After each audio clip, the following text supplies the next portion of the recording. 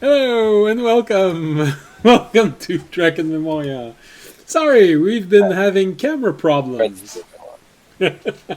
So I'd say sunburned is more like pink. Red would just be if someone's just like really flushed. Now you understand the kind of conversation we've Embarrassed. been having. So, what are we doing tonight? Don't worry, audience is going to be there. He's just a little late. Well, he's late because he's hungry and he doesn't want to come on in front of the camera with nothing to eat. With nothing to eat. It's really annoying You're when I not put. yourself when you're hungry. Yeah. Oh, that's my problem. Okay. Ah. All right. So today, D&D night. Damn, that was hard to come out. And of course, I forgot to open the file with the introduction. Here we go. I mean, we could always call it Dad Night, but I think people would get a very different impression of the stream if we did. Hmm. Depends. All right. So don't worry, audience gonna be there. I'm sorry, Jorg is still there. Oh, trust me, I'm sorry too. Yeah, that's a bit why I was saying it. It's like I murdered him. It's like, and yet He's sticking somehow he still around. persists. All right, so. Oh yeah, if you like the thunderstorm in the background, that's on the up mixer. If you like the world map, it's Wonder Draft. If you like the dungeon map, Dungeon Alchemist. If you like the town maps, Canvas of Kings. And I do have new music. I just have to create a selection, a better catered selection. It's gonna be interesting. I got the musics. I got for I don't know. How big is that file? We got You can't stop the music. 60. No, there's practically nothing in there.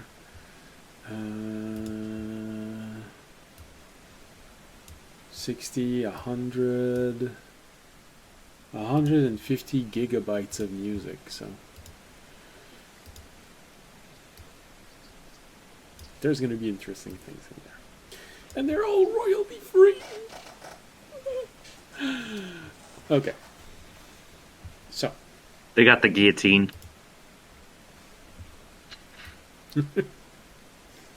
I just got it.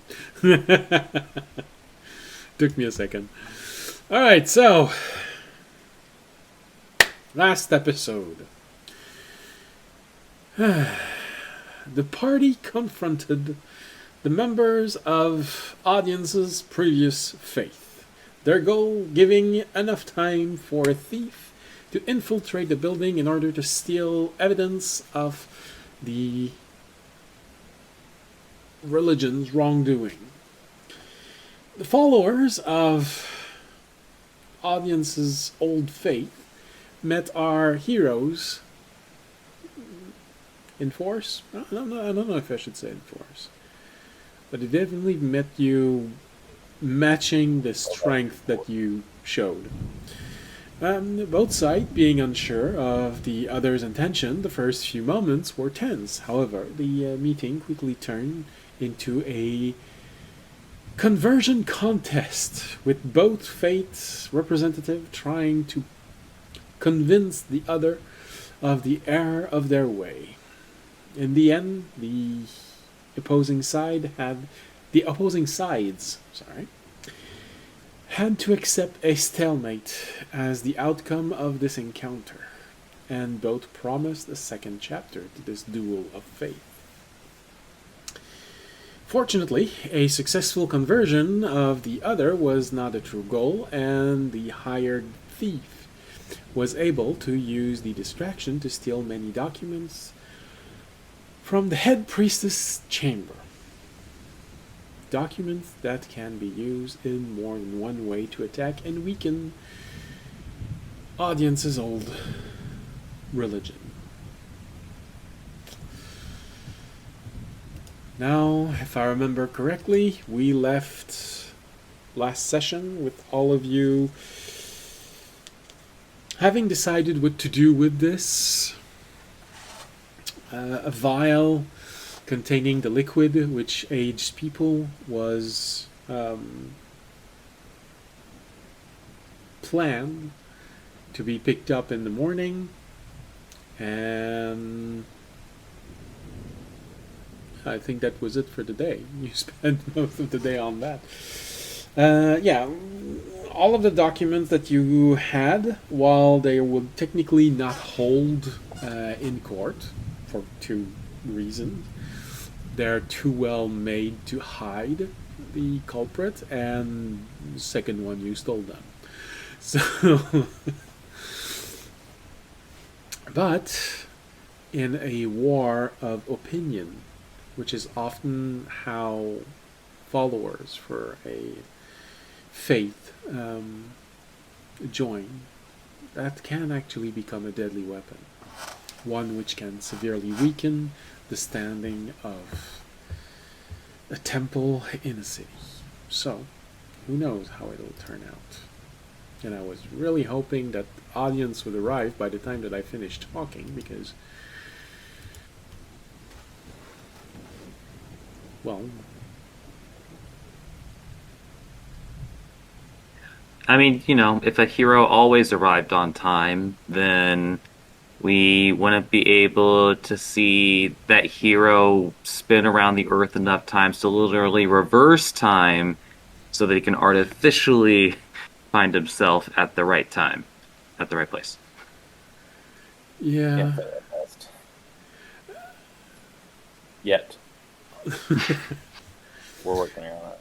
Also, I don't know.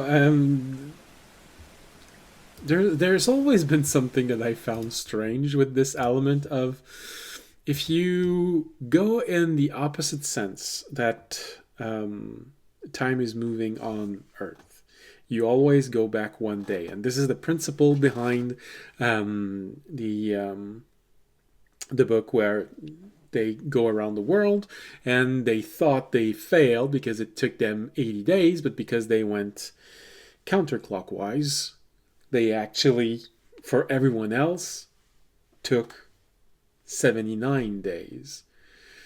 So they weren't late. So I've always wondered, what happens if you manage to go around the world but take less than 1 hour to go through a time zone? What's gonna happen when you come back?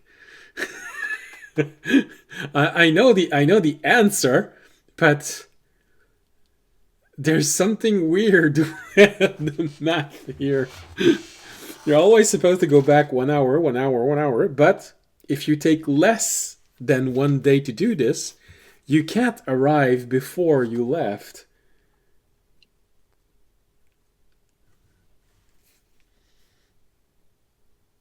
Get really tired. Well, it costs too much for the normal person to be able to do that. But technically, if you can travel at Mach 2 for long enough to go around the world once, you'll have achieved that. Because roughly, if you can go on Mach 1, it's going to take you 24 hours to go around the world. So 1.5, and it's going to take you less than 24 hours. So we can do it. It's just that I never heard about anyone willing to pay for the fuel in the plane to try and do that. The problem, the stuff we have that does go that fast burns through fuel too fast. Yeah, And then you would have to refuel multiple times, and each time you do, you would have to be slowing down enough to refuel.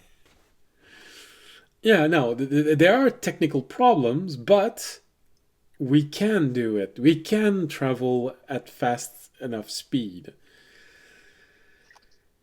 It's just that it would cost an insane amount of money for you to be able to do it.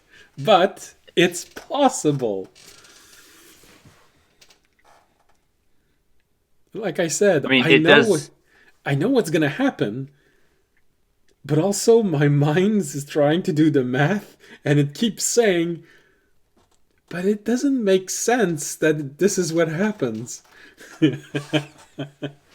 Well, it's important to remember from that story it's more of a technicality, I know. or whether a technicality or a quirk of like how we have decided to record time as a global society.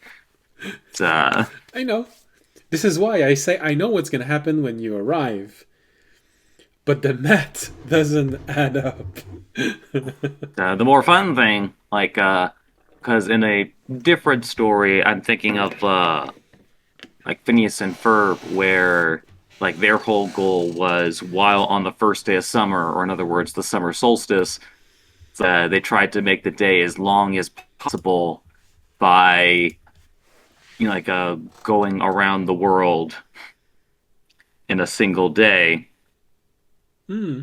like and arriving back at where they started before sundown in the location they started.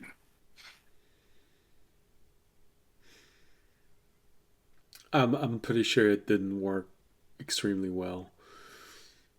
Well, it's a TV show. They always have like problems to amp up the drama and all that, but they did it just before sunset. Okay, yeah, no, no.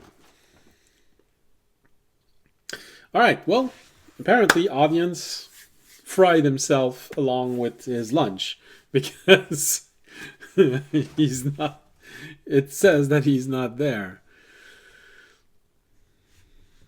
All right, so enough talking about time. I know you're the time knights, but you actually have to move forward to move this story forward. So, and we've almost given him half an hour.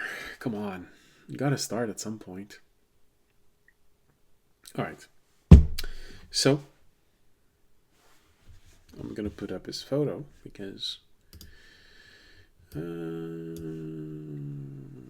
audience. All right, and I'm gonna leave him a message. We need audience. All right. So the day was ending, and if I remember correctly, you'd made your plans and you were going back to your room. Or you still had a little bit of time, at the end of the day. It's not necessarily you gotta go to sleep now, but you don't really have enough time to do a lot. But I guess it would make sense for you to talk about the next step.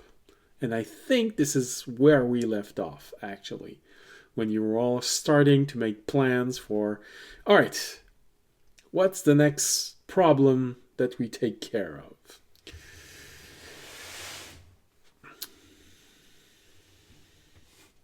Mm-hmm. So, with audience lost in thoughts, Fisher, you only have Remy to talk to.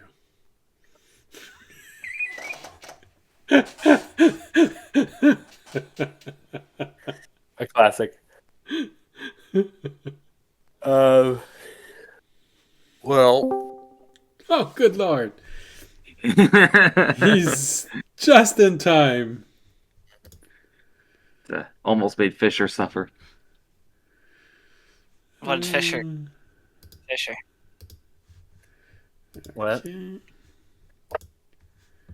Here we I go. almost made Fisher suffer. So, Well, because I believe last time we left as you were talking about your next step, and it was going in the direction of probably going to solve Fisher's problem. And I just said that, well, this is where we left off. So this is normally where we should start again. So Fisher, with audience lost in thoughts, you only have Remy to talk to. So make your plans. But fortunately, audience received his food, so now he's happy and you can all talk. I was saying, I'm like, you can't make good plans unless you have food. We were just waiting for our order from the tavern. Fisher, from inside of you, you hear, "Oh, so that's why you never make a good plan." Maybe. One of them. Uh, All right, taking down a giant warship. How we gonna do it, Fisher? Well, hopefully, Fisher, you don't need to actually sink the ship. Yeah. the best plan would be to find them when they're not on the ship. Okay. But Well, we know they're on the island. We know they're on a nearby island to the island we know about. So what? And you I'm sure he's probably not always on the ship. No. Well, so what you know is that the hunter cult seems to have their main island near the upper edge of the map that you have, and the island where Fisher's old crewmate is in an island not far from there. So their ship is most likely in range to help very quickly. You can try and surprise everyone and, not take care of Fisher's problem, but if anything goes wrong, you're going to have to deal with a fleet of ship attacking you while you're trying to take down the avatar of a god, of a mad god. Mm-hmm. So, that's why we want to deal with the ships first. Yeah. Yeah. You will lose the element of surprise to attack the Hunter Cult Island, but at least you won't have to worry about the sky falling on your head. Mm-hmm. What you know about this island is that it's a base of operation, meaning there's most likely a structure on the island where there's the majority of the supplies, and probably a place where other crews can sleep. And there's most likely a dock. The dock needs to be large enough to accommodate for a ship that is probably gargantuan in size. So something that would probably be within the range of 250 feet, 300 feet, and with a siege cannon on it. But there are also most likely other smaller ship. Well, smaller compared to that, but normal compared to everything else. From your memory, you know that 3 of the... I don't know how to call them. The main staff, the senior staff of the ship, survived. The captain, his first mate, and let's just say someone that you have really bad memory of. But seeing how the only reason why you survive is because you are a machine and you can't drown, and even then an arm and a leg was ripped off of you by trying to survive this and reach anywhere, there's a really high chance that they had help to survive. So at least one other person of importance probably survived. And Fisher would favor the Tempest Priest. There was a Tempest Priest female on the ship, helping for when the ship needs to be on the water or in the air, making sure that the winds were always favorable. It would make sense that someone like that survived and helped them do the same thing. So you at least have 4 of the people that you hate the most in the world that survived. Mm-hmm. Um.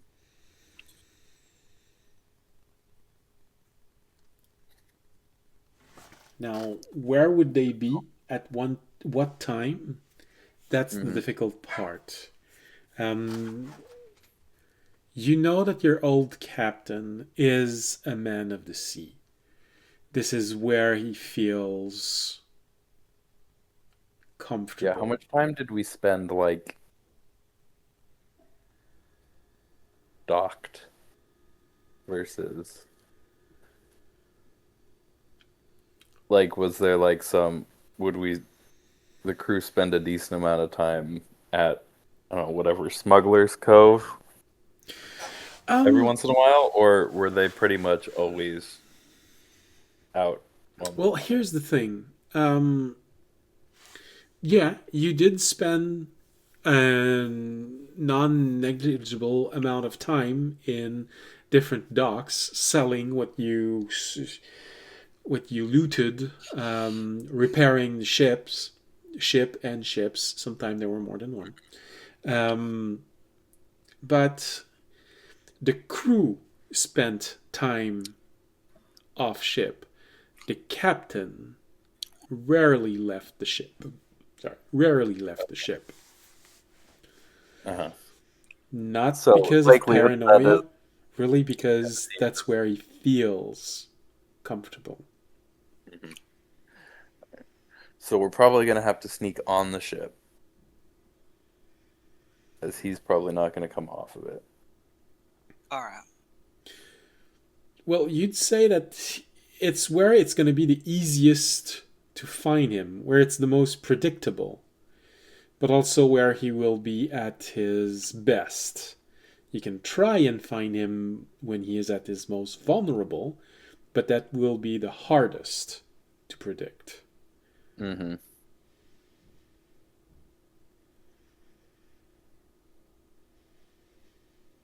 Um,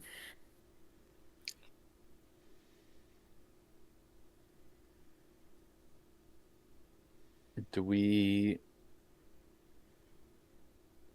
should hire somebody here in the garden that can scry,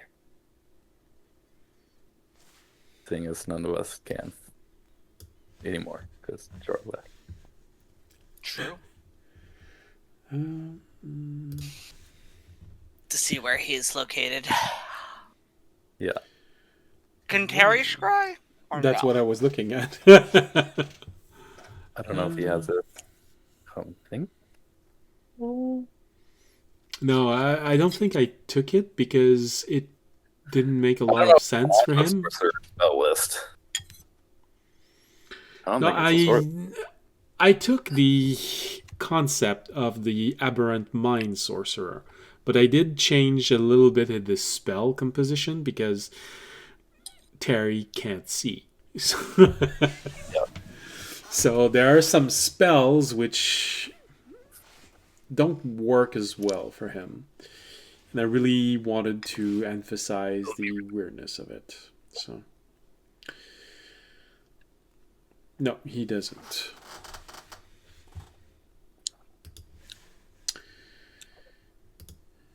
What about you? I mean, guys, we already know a diviner. Yes. We do.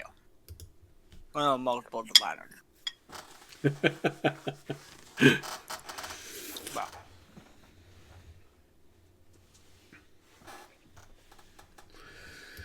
You actually do know multiple diviners.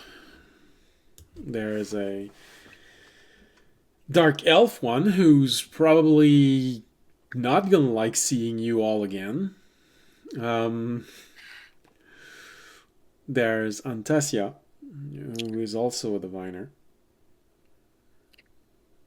Like, why do you never visit just to say hello?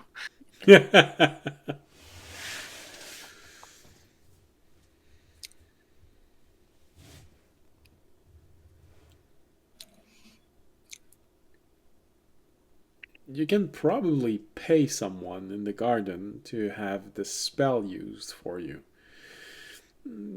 It would give you the advantage of having a more reliable spellcaster, one that you don't mind or won't mind whatever they will see, but you're going to have to pay for the service.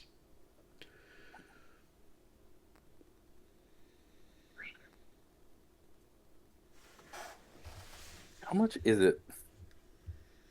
Isn't there like a table somewhere? I think there was.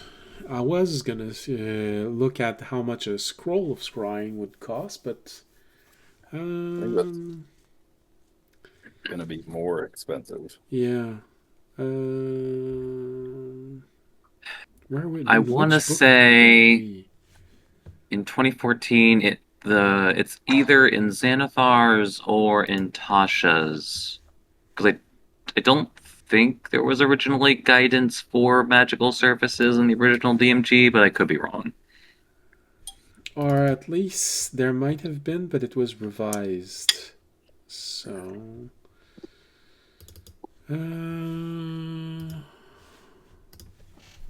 table of content. Spell effect.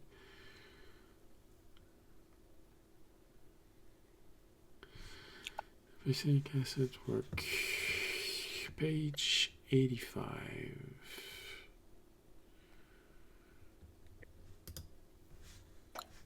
Oops, no, that's 84. Oh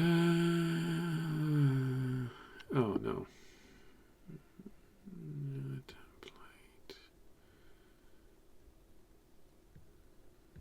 I think it was magical service.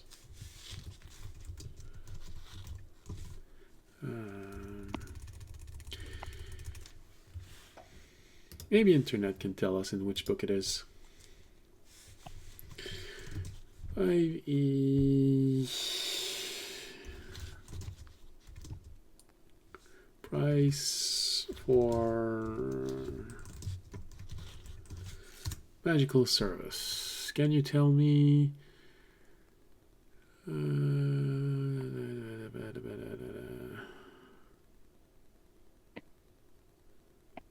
Cost per level. D&D Beyond. Dungeon Master Guide.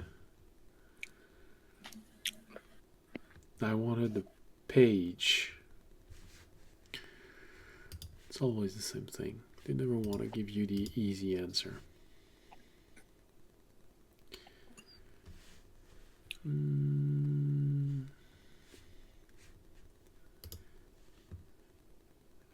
Spellcasting service.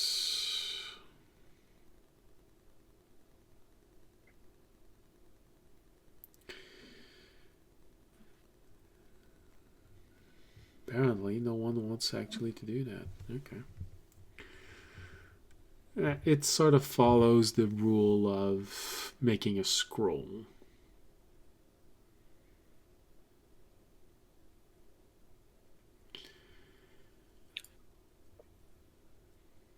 Alright, so this would mean that scrying is a 3rd level spell. Scrying is a 5th level spell.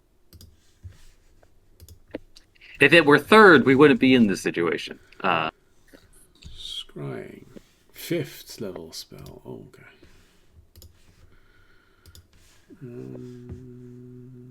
Dungeon Master Guide.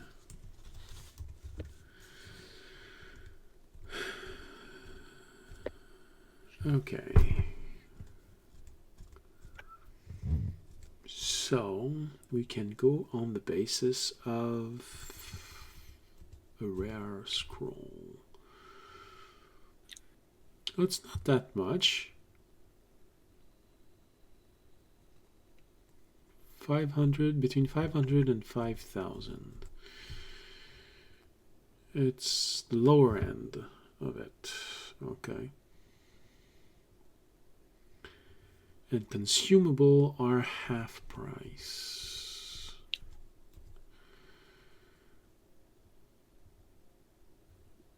Okay. Spellcasting services. Uh, Did you find it?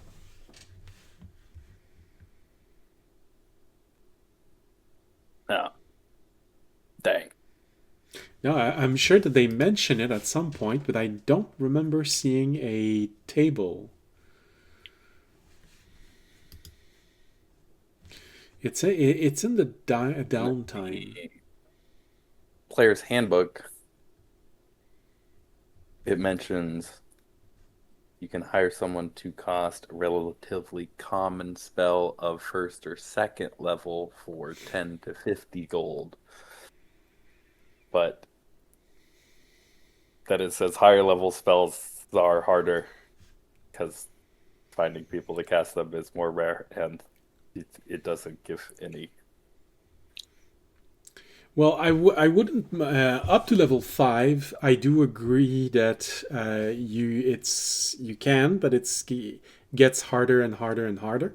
I think up to level 3, it's not that hard to find someone to cast a We can spell. always use this table if we can't seem to find it for. Actually, I'm double checking to make sure.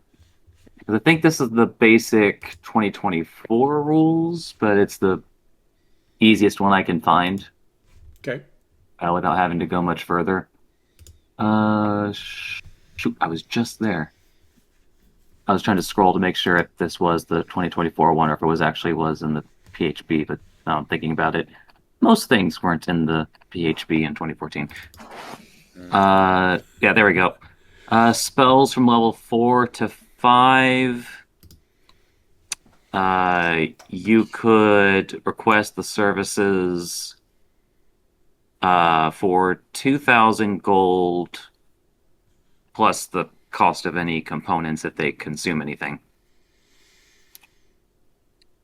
Which scrying doesn't. But Yeah. Okay. 125. and it does have that whole outline thing of like, hey, you're probably not going to find this in anything but a town or city. No, definitely. If you want to go to level 5 and up to level 5 in spells, yeah, you won't find this in a small town. Um,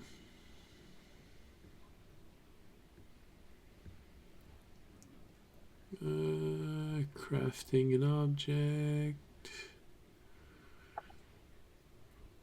Crafting a potion of healing, gambling, loot value. I don't care about those.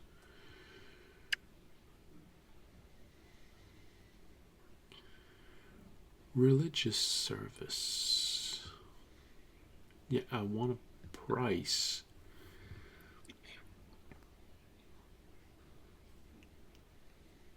What happened to the ship that went down when we were defending the? Did it blow up, or did it crash? It crashed. The damage was severe to the point that the engine could not keep the ship flying, so it slowly crashed. It wouldn't be impossible to repair it, but that would take time. I was thinking less repair and more investigate it for. Technically speaking, all of this like, happened 3 days ago, so it might still be there. are we looking for like a beautiful, full-size color portrait of the captain?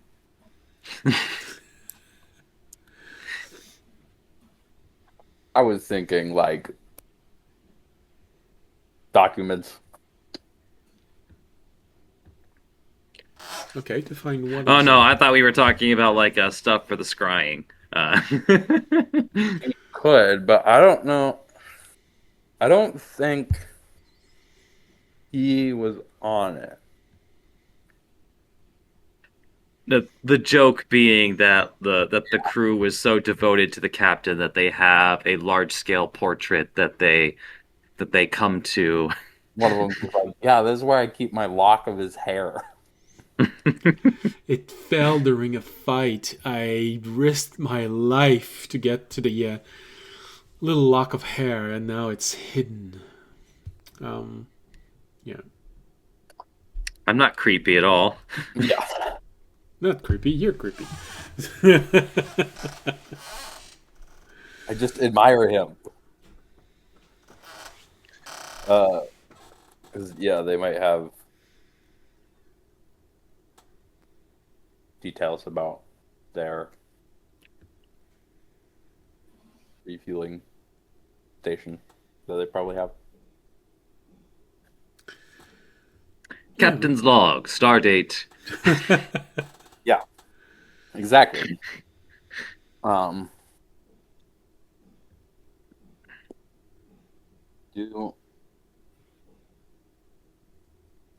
Do we know where it landed? Really not far. It landed in the fog, so it was roughly 400 feet, a little bit between 400 and 600 feet away from the fort that you had.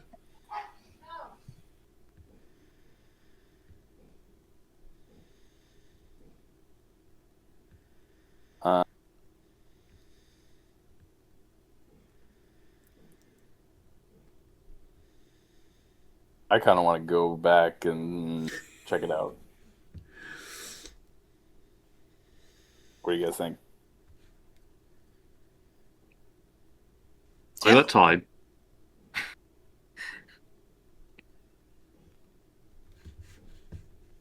All right.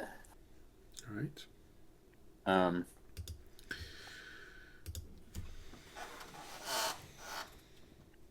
Do we want to?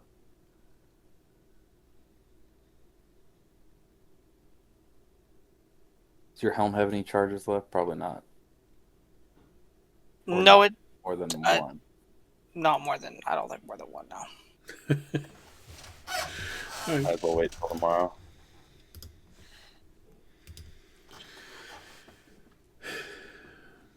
Yeah. It's really up to you. You know that people might still try and come and visit the ruins. There was an exile there. Some people might even try to use magic to see where they went from there. So there might be something waiting for you there. The longer you wait, the less chance there is something left there. So that's a good excuse to wait. But the longer you wait, the fewer the chance that there is anything left to find in there. So. Mm-hmm.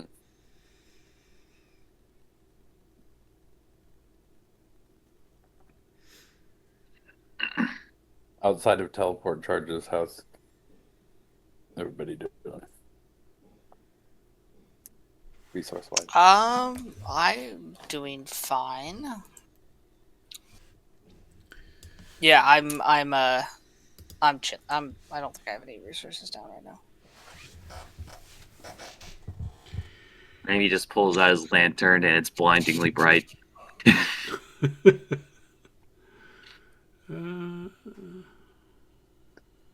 Terry doesn't have a way to move quickly. That's my own fun little joke for like however many spells he has stored in the lantern, or spell points, I should say.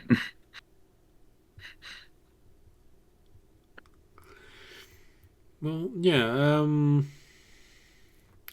You don't have that many options to travel really fast. Audience's teleportation helm is the easiest way.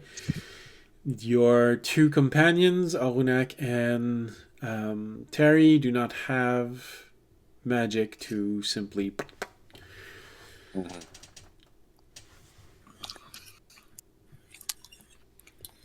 If only Jorg was here. I mean, our one full caster has all of the Let me see how many charges I've used on my Utilities, high helmet. level utility spells. I do actually have 2 charges left on my helm, Okay. so we could maybe. Alright.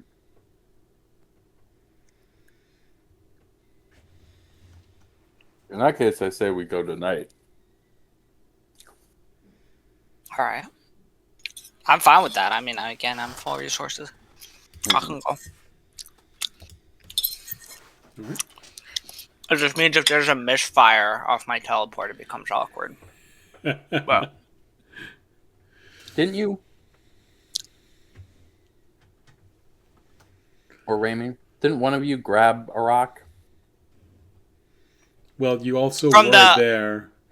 Oh yeah. Oh, this you is were there, yeah. Oh. Oh, from the yes, yeah.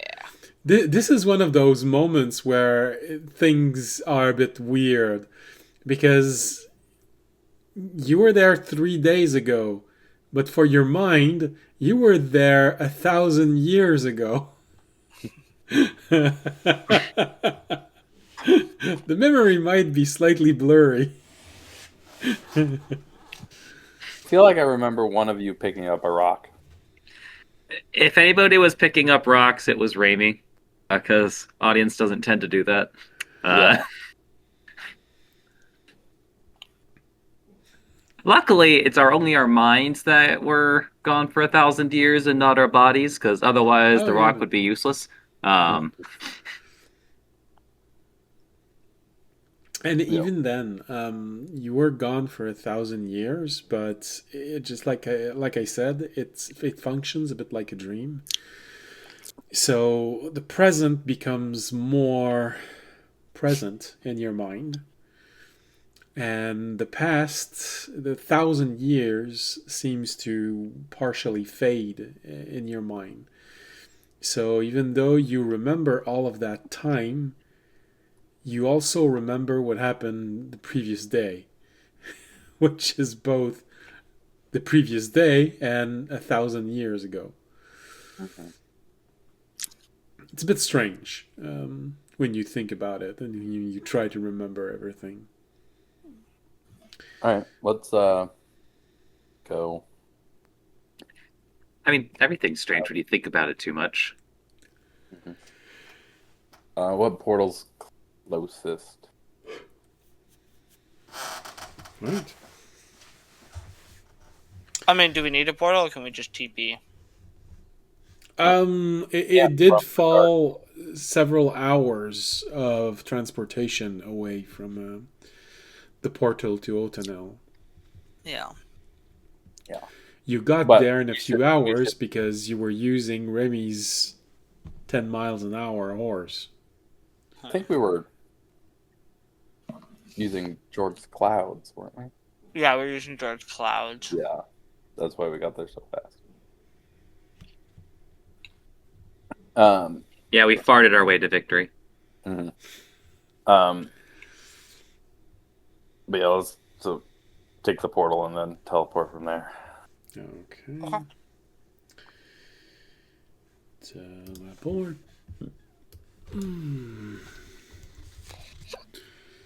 Alright. Roll for the teleportation.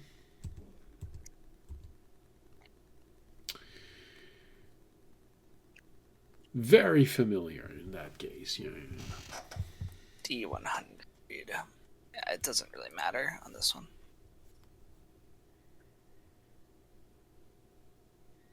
Yeah, 78. Easily. You get out. You have just enough time to breathe in the cold air of the end of the season. And teleport all the way there. There's a... Oh, yeah, that's right. On this island, temperature is probably really cold easily because of all the wind all the time. A warm wind. It's an island chain, so it's milder than large continents, but Yeah. So, you appear out of nowhere in this very familiar, probably slightly anxiety-inducing place where you remember almost being grounded into bits of meat.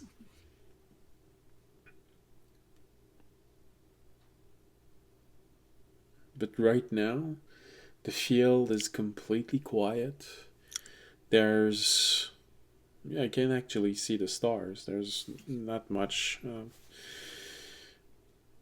clouds in the sky. So it's right at the moment, just a few moments before the last rays of sunlight disappear in the horizon. There are a few stars that are starting to appear.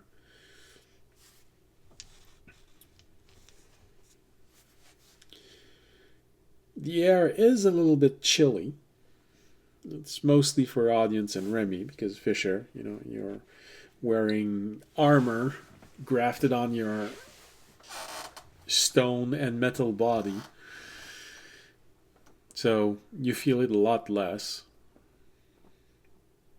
Audience and Remy, there's probably a small moment where there's a stronger breeze that makes you go, oh. But, audience, it's almost nostalgic for you. It's sort of a, I remember that. It's been a while. And Remy, remember that. It's been a while. But audience seems fine with it. Okay. It always helps when audience seems fine with it. For Remy. It's fine.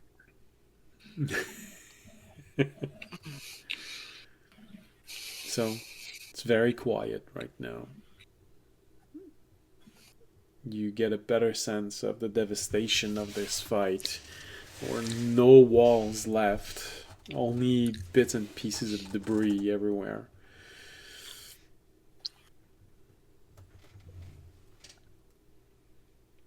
Make a perception roll. See if you see the ship.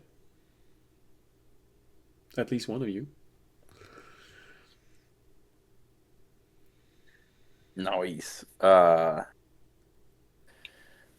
18 plus stuff.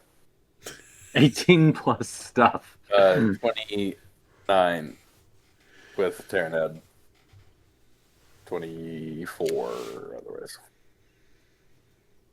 All right. Anyone else rolled? I didn't know Fisher was rolling, so I rolled, but I got a 30. I didn't bother. I'm gonna be honest. It's like I didn't bother. Just teleport and you see the guy going, ah! So, did you find it? Well, it's probably very similar thanks to Terranad, who helps you, Fisher, look at everywhere in this diminishing light. Remy, you see it probably 3 seconds before Terranad underlines it for you, Fisher. There's you can barely see it from where you are. The hill is just tall enough so that only a little portion of the main cabin sticks out. It's easy to miss, but not to the point of making it impossible to notice, because rolling a 30 according to D&D is an impossible roll. So it's not impossible to find. It just takes, I don't know. For Remy, it takes him 7 seconds, and for Fisher and Terranad, for Terranad, it takes him 8 seconds, and for Fisher, it takes you long enough to feel annoyed that Terran had found it before you.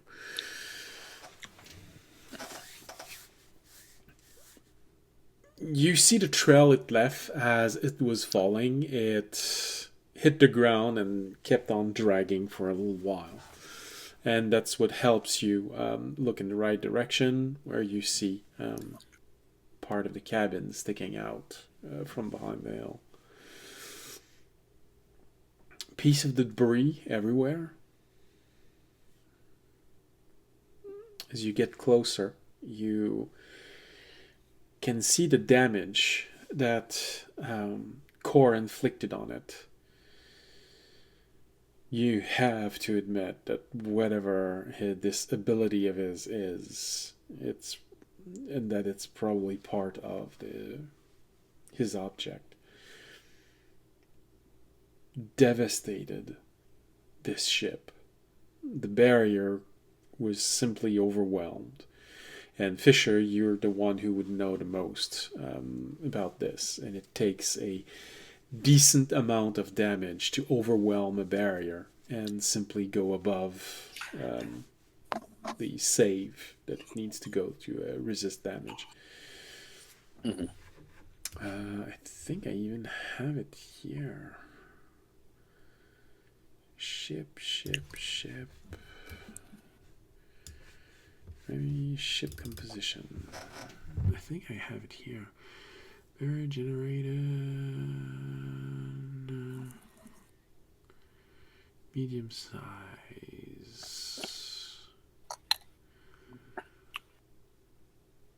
Oh, I didn't write it down. I was sure I wrote it down.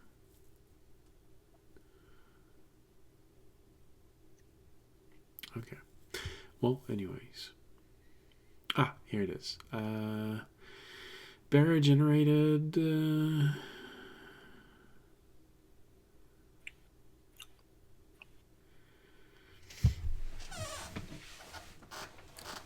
It's a really nasty spell.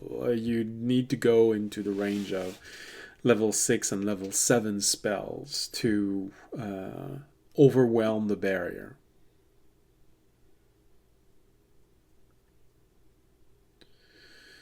Mm-hmm. So, and then after that, it's gonna hit the hull, and the hull can take another 300 points of damage. So for the ship to have fallen in a single hit, he was able to generate at the very least 350 points of damage in a single attack. So the devastation of that becomes more clear as you get closer. The hull was sundered, literally. There are bits and pieces everywhere. A bit of the inside of the ship spilled as it was falling and sliding, further damaging it. So, you're not exactly sure. The ship wasn't hit square on, so it's a side that got hit. So the captain's cabin is most likely still there, but a complete mess if there is anything to be found.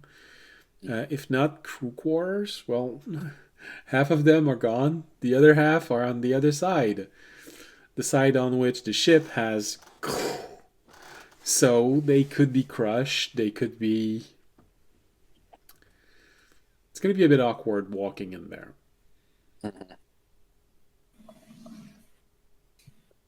Alright. Head in. Try and find the captain's quarters first. I'll go with Fisher. Okay. Give him assistance on any rolls he needs to make. Well, to walk inside of a ruined ship that's tilted on one side, just to have a better idea of how long it's going to take you, I'm going to make you do a dexterity. check. Just see how well you maneuver a ship that's fallen on its side, which is not going to be extremely obvious. Anyone going inside, like you to do a dexterity roll. All right. Like just straight up dexterity roll, or like acrobatics or athletics. I think you could go acrobatics. It would definitely help. It's just trying to Okay. Acrobatics. move inside. Doesn't matter. I rolled a nat 1, so that's a 9. So Living on the edge, fighting crime. I rolled the 4. roll a 4. 0 dexterity here. You're supposed to be good at this. I'm not. Well, I wasn't at this moment. So I stubbed my toe. For what it's worth, I got a 25, though I couldn't roll lower than a 20. So Remy, you feel exasperated looking at your two friends stumbling like, I don't know, drunken peasants trying to get home.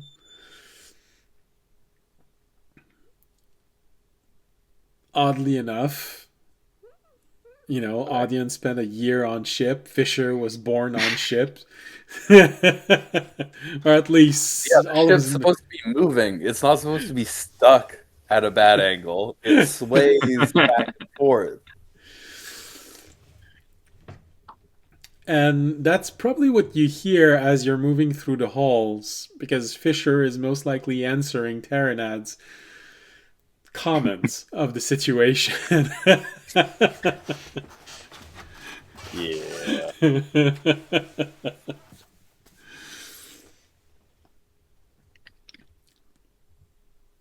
Audience, it's a mess in there. Everything's fallen over. You look at this and, oh, you were hoping to go inside of a compartment and try and find something that belonged to crews and everything, but because the ship was hit hard, because it fell and slid and then fell at an angle, everything is sort of pushed at one end of these barrack-like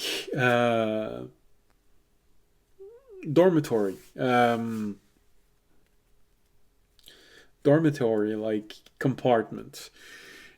And the hammocks, it's just slightly frozen cloth. It's not obvious. You keep tripping over stuff that people left. Rotten food that's been here for a while.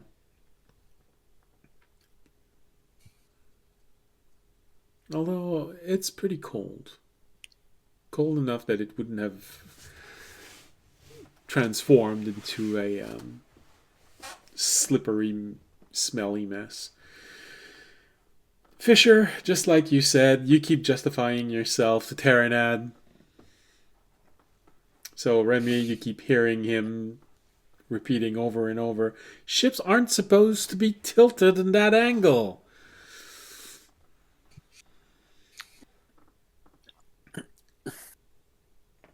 So do you start with crew quarters? Do you go directly for captain's quarter? Do you go into the armory? Do you go... I'd be going directly to captain quarters. I'd be following Fisher. So this is why you rolled so poorly, because you're entering from the eviscerated carcass of this ship, most likely to the side, and you have to make your way all the way to the main deck. So 2 flights of stairs at this angle. It's a bit awkward, it's a bit messy, but eventually you get there. You get to the main deck. It was a covered main deck, so although there are cracks, you can see the outside. There's a bit of snow falling inside, and a big pile of snow in the middle of this. You easily make your way to the captain's cabin.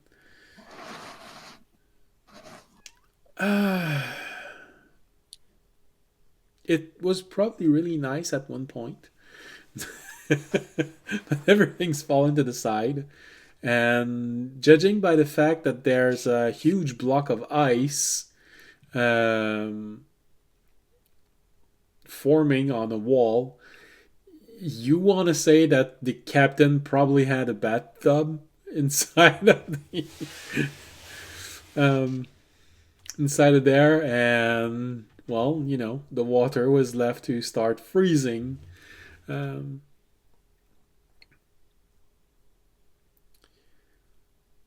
It's a mess. You can do perception, which means just trying to look everywhere, use a bit of intuition, or you can start rummaging through this like a hungry raccoon, which would be investigation.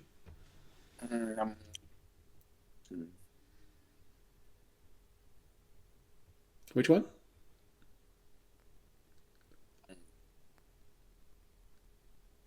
I can't hear the answer. I'm thinking. Okay. I thought you said it and it just didn't pick it up. That's okay. No.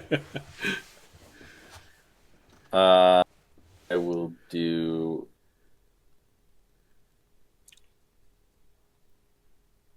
Start with perception. Okay. Sam, you're sinking. My chair's at a normal height. Really? Okay. That is a nat 20. Okay. All right. Well, I don't need to help you then.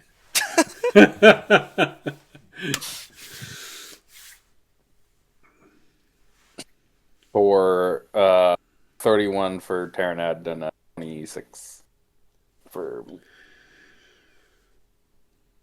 Yeah. Terranad gives you a few comments about, you really know well the cabin of the captain, huh? Just looking around, you seem to be in your element.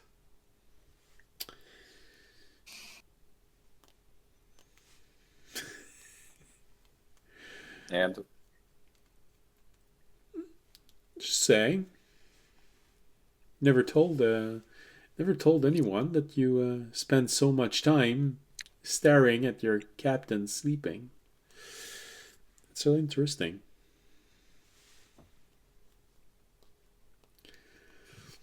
I spend a lot of time staring at a lot of people sleeping. That's kind of what happens when you And don't. that's all that audience and Remy hear.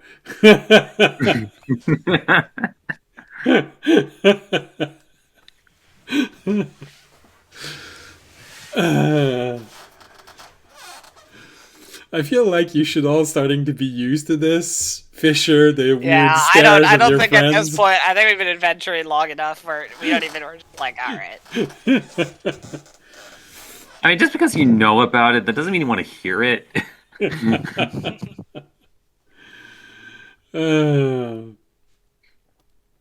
So, We're just like, with the role that you have, it's pretty easy to find anything. You sort of just go with your intuition.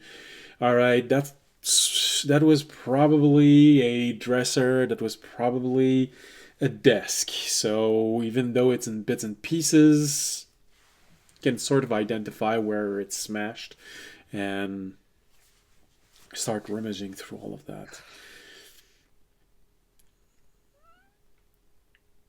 It's a bit weird. Everything is soggy. The paper is not in the best of shape. It's been gathering humidity and ice for a few days now. It's a bit hard to make out what's on the scroll, what's on the letters. But you think you managed to find a few letters which were orders left behind. a pouch of money, which was probably what was used to hire his service, or what was promised, or part of what was promised for your head in return, or something like this. Maybe they knew, maybe they didn't know that you were there, but they obviously were hoping to get an exile. And that's confirmed with what you find, although it's difficult to get all of the details because, like I said, the letters are starting to be a bit waterlogged. You do get the impression that they didn't expect to find you here, but you also find traces of what you'd say is an ongoing request. If you are to be seen, then there is a reward for your head. Just for your head.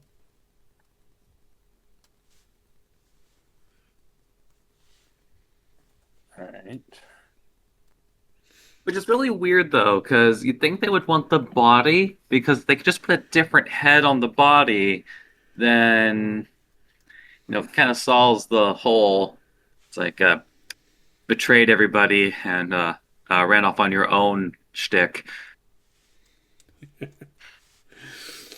Well, since they're saying that the head needs to be in relatively good condition, you get the feeling that they were planning things with your head.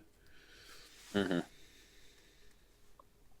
But you can be proud. The reward was 1,500 gold.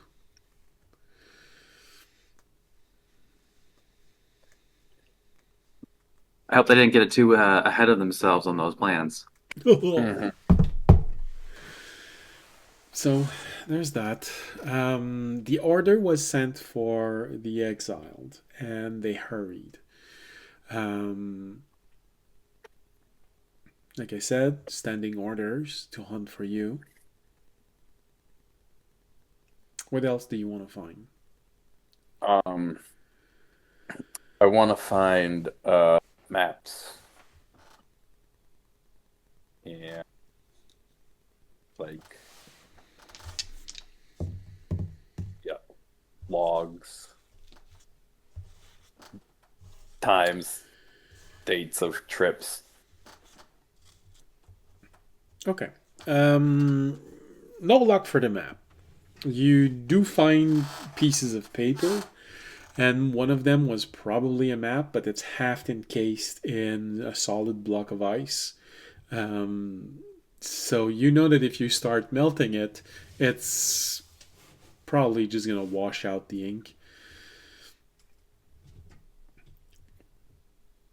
So, no maps. For logs, yeah, you do find interesting logs. This ship was traveling throughout the island chain. They have stopped a number of times. And hold on, just going to zoom in. Drachenvein, which is the port town on which you arrive in this island chain.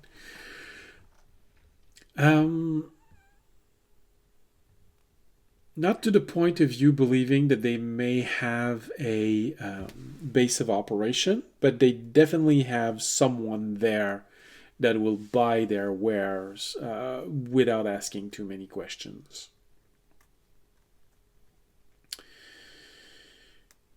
Mm-hmm. There So are, yeah, yeah. So probably just someone who sells their things. But who knows? You could be lucky and actually have a small base of operation. It's not out of the possibilities.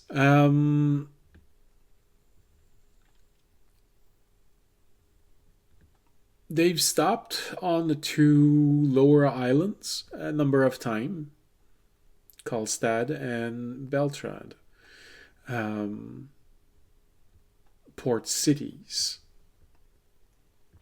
They seem to be avoiding the main island a little bit more, at least avoiding the cities on the main island.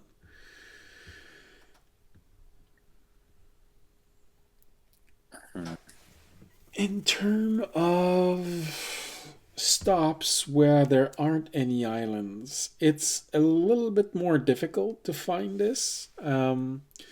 But you think you identified a refueling point um, at sea, um, maybe 50 miles west of Drahanvine, bigger island, where they're supposed to, according to the logs, be people waiting there to just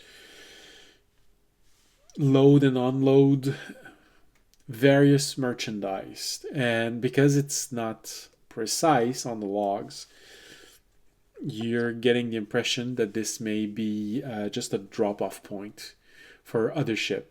You know, they raid merchant ship, they drop it off there, and another ship comes in and go sell them somewhere else. It gives them a little bit more freedom to be able to move about the island chain without having anyone suspicious of this boat and this boat. So there's a little bit of that in what it did. Hmm. Um, and then is there any references to any kind of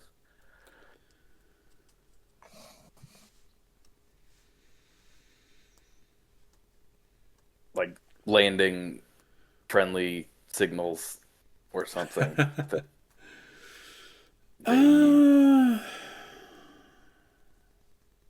or just that the existence of that in the first place if there isn't an actual. yeah, you do find element of that. If you want to go in there by ship, you do find um, a suggestion that there is something to do.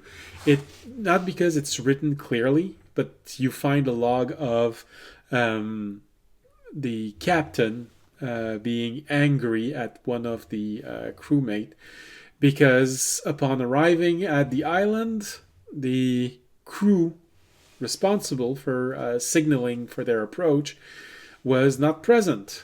So they were really close of being shot at by their own defenses. But fortunately, the crew woke up, or at least that's how it sounds when he describes it. And they were able to get on the deck fast enough to be able to not have to also stop for repairs.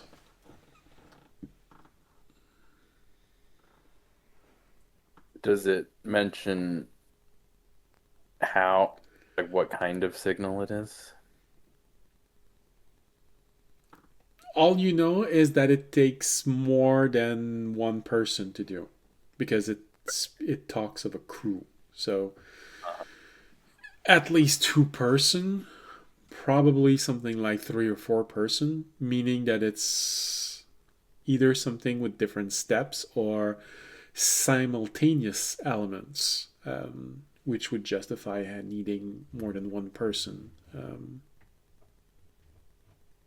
Uh-huh. on the deck. But the exact sequence that they have to do, exactly what they have to do, that is not included. Even Okay. with a good roll, they're still pirates. They know that their ship can be boarded, so they're not Mhm. Yeah. gonna write everything. Hmm.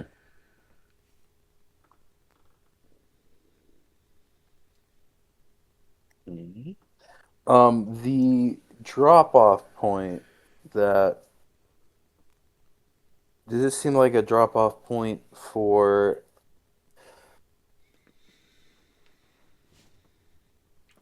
a wide Do variety of things.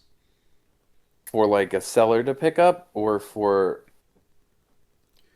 like the main crew to pick up? More of a handing off point. So the way that it's described and the way that it how it feels for you is that the ships that raids other ship, they get their loot to this island, and then another ship that has never been involved in raiding comes in, pick it up, and go sell it, giving Okay. them the ability to stop at ports without drawing too much attention, without someone just saying, "Hey, that ship is one of the ship that's raiding everyone." Yeah. There are always people suspicious. They can recognize that, okay, it's probably part of the same organization, but that ship has never been seen anywhere, which would justify why they're not stopping at major cities, because major cities can be a little bit more discriminating, and they might take the chance, but small town, port towns, you know, Uh-huh. they don't pay as much attention as capital cities.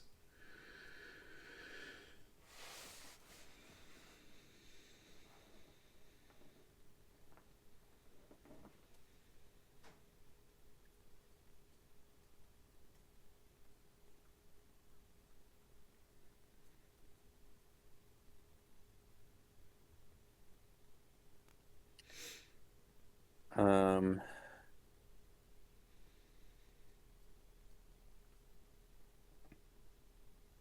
are there any references to like bigger overall fleet stuff? Not directly, but just from the logs of when they met another ship, of how often they stop at the refueling point, you'd guess that it's anywhere between 4 and 9 ships that their fleet has. Mhm. With at least 2 of them being ship designed for combat. Specifically for combat.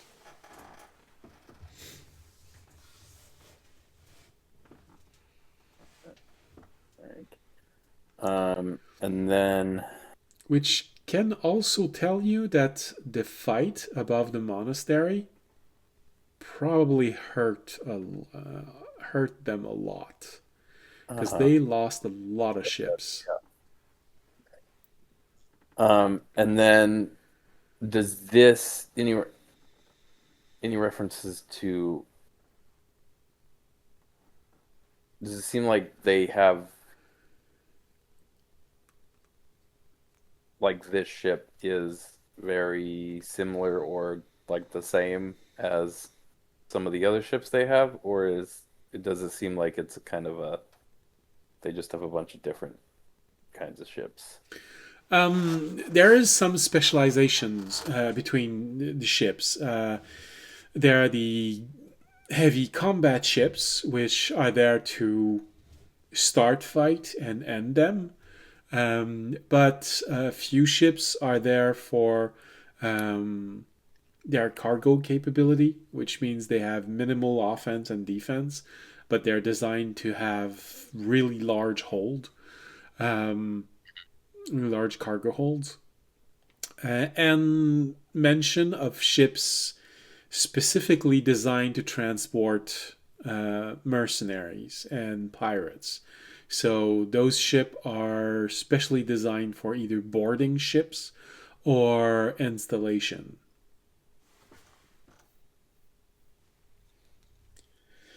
And the heavy hitters. Of course, there's always also the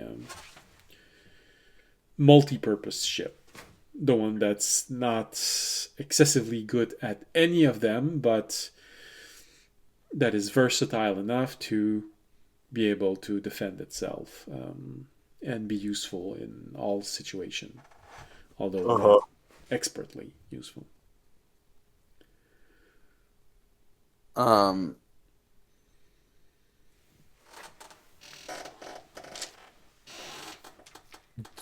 read it from their logs and stuff. Does it seem like they would still have, like, did they come here right after dropping off a bunch of stuff to go get sold, or does it look like they might still have or had been carrying some stuff? Um,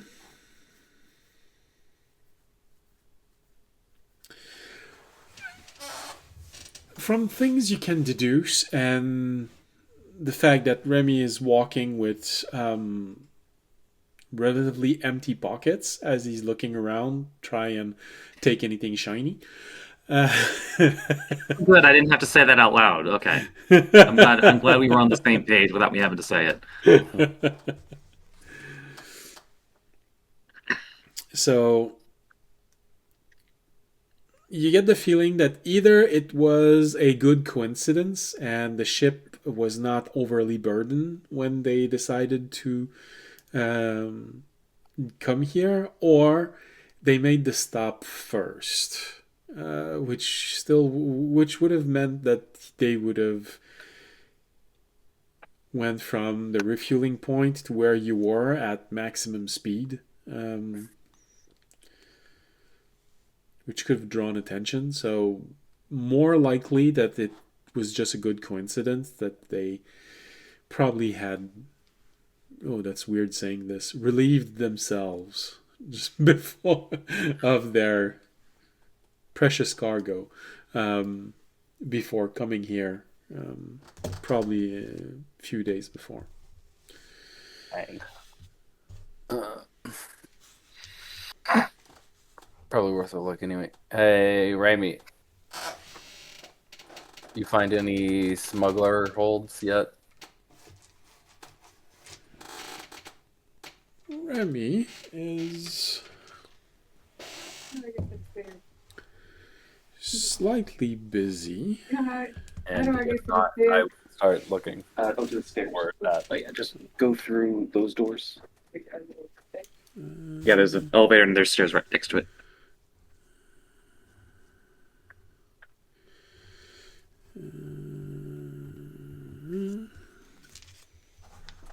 Wait, sorry, repeat that. Looking for smuggler hidey holes in the pirate ship. I'm assuming Draken probably said something about an investigation roll. He said Raimi is busy and then started rolling dice. Seems kind of ominous, but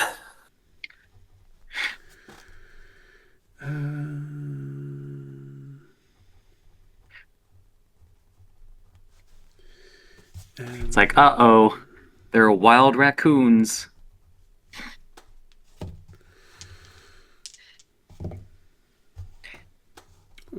Okay. And also some rodents of unusual size hanging out in the old. Um,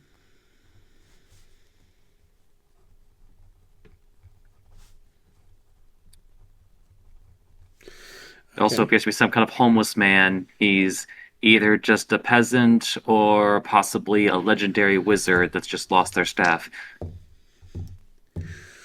For some reason, there are 7 pieces to the staff, and so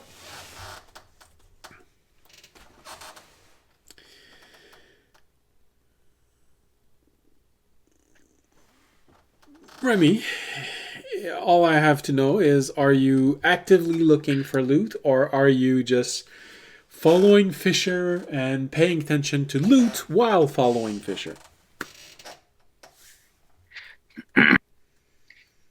So I would say just because even though he doesn't really look good while he's doing it, I think Raimi would at least assume that Fisher knew what he was looking for and was on the hunt. So that just left Raimi to just loot whatever's left on the ship. So I think he put most of his focus on that. Okay. Then I'll let you roll investigation or perception. Perception to just look around and feel your way inside. Okay, there's probably something there. Or investigation, like I gave Fisher the option. You're going like a hungry raccoon, 5 step behind him, just... Ah, he changed room. All right, I'm going to go. So, which one do you want? I mean, I've got plenty of spell points, so I'll use my lantern and roll with the investigation. Okay. So, in that case, that means...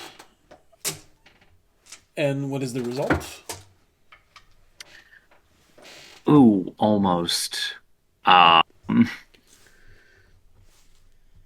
It's like I rolled a 19 on one of the dice, so that's going to be a 33. 33. You know, that's not bad. It's just slightly superhuman.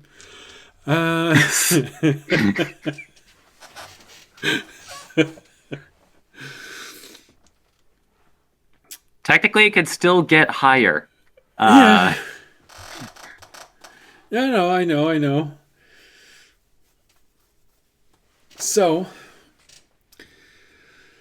rummaging through everything you can find, because Fisher is so clumsy and it takes him so long, there's sort of a moment where you're going through rooms and it feels like you're almost flying through those debris.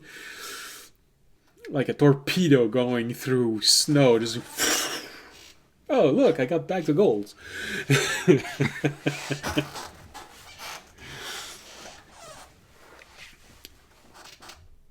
So, you find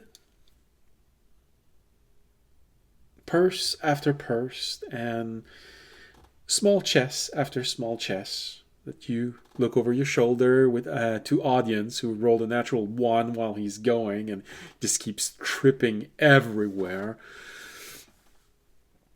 And, you get that feeling in your gut that it's probably a good idea if you start opening the dimensional storage. Just to shove those little bags of gold and miniature chests that you find.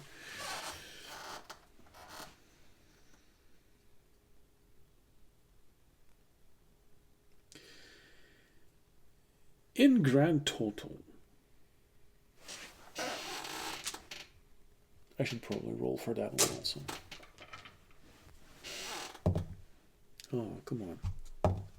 Better. So apparently you rolled with advantage for that one. Come on. You rolled a 30-something. And you mean rolling a 1? Come on, no. It gave you advantage on that roll. So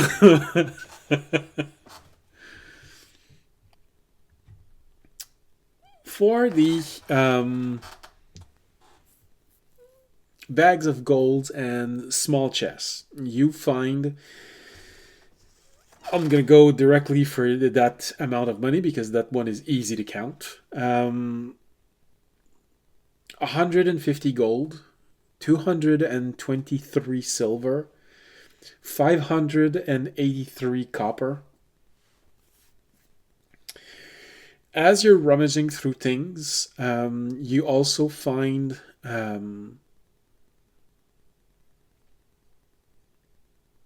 objects, normal objects, but that are either pieces of art or just very expensive. There's a gold chalice over here. There's a bowl made out of silver there. There's a nice painting over there. That's pretty good. You've seen those paintings sell for a good amount of money. and it's not yet damaged. So in grand total, you find 16 objects like this, which feels very interesting. One additional object, so 17 in total, but one of these objects do seem to have a magic-like shimmering to it.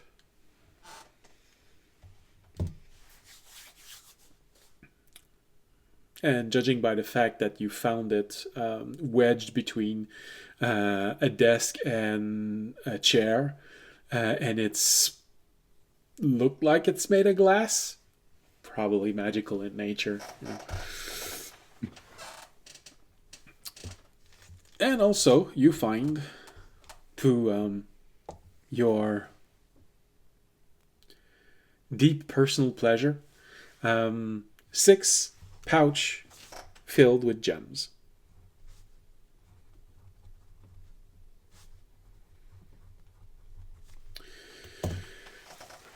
So while he's rummaging everywhere, that's what you rummage everywhere.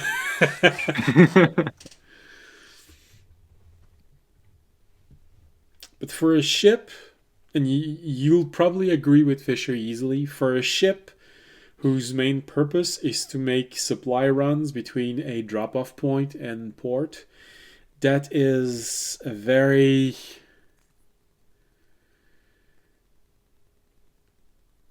anemic cargo.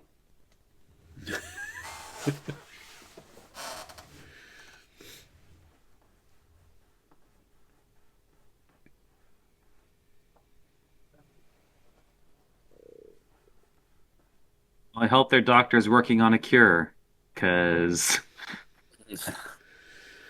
Well, they need more iron, because all of that's blood money.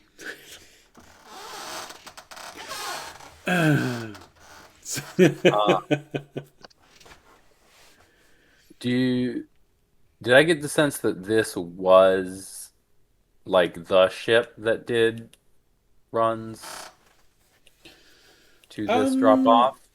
Or Judging from the logs, you don't know if it's the main ship, but it's a good one. It made frequent stops, so if it's not the main ship for that, it's definitely one that they will not have enjoyed losing.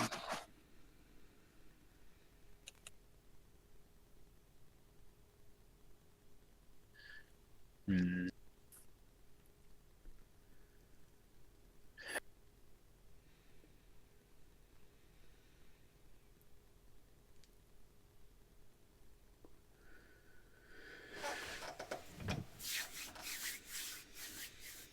Alright.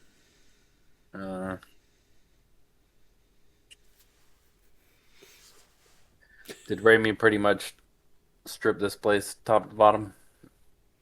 Well, he didn't go into the lower level, which is probably the one that is the most damaged because the ship hit the ground, and that's the one that was most likely the most severely structurally compromised by the fall.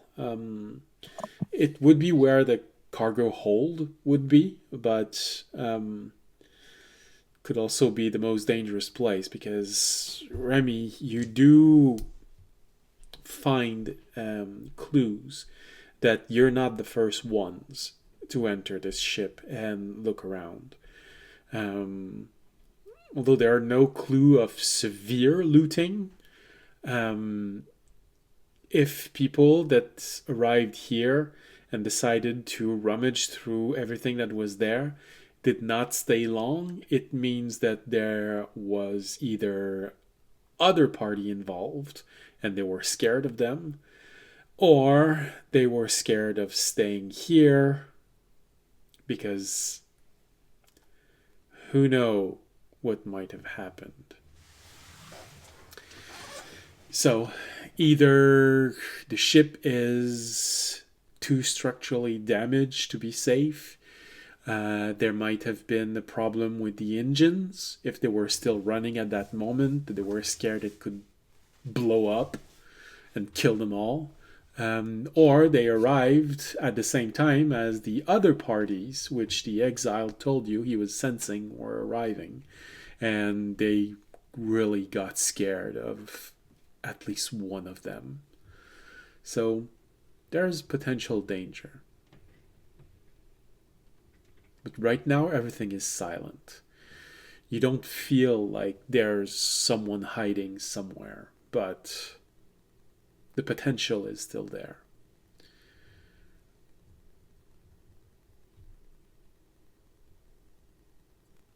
You have to admit, when you're looking around, that if you'd rolled something like a 15, you might not have found anything.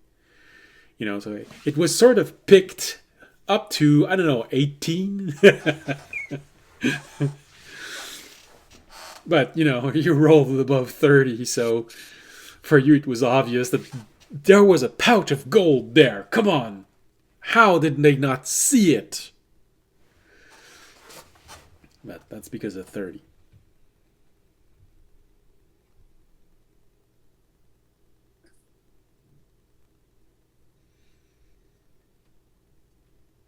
All right.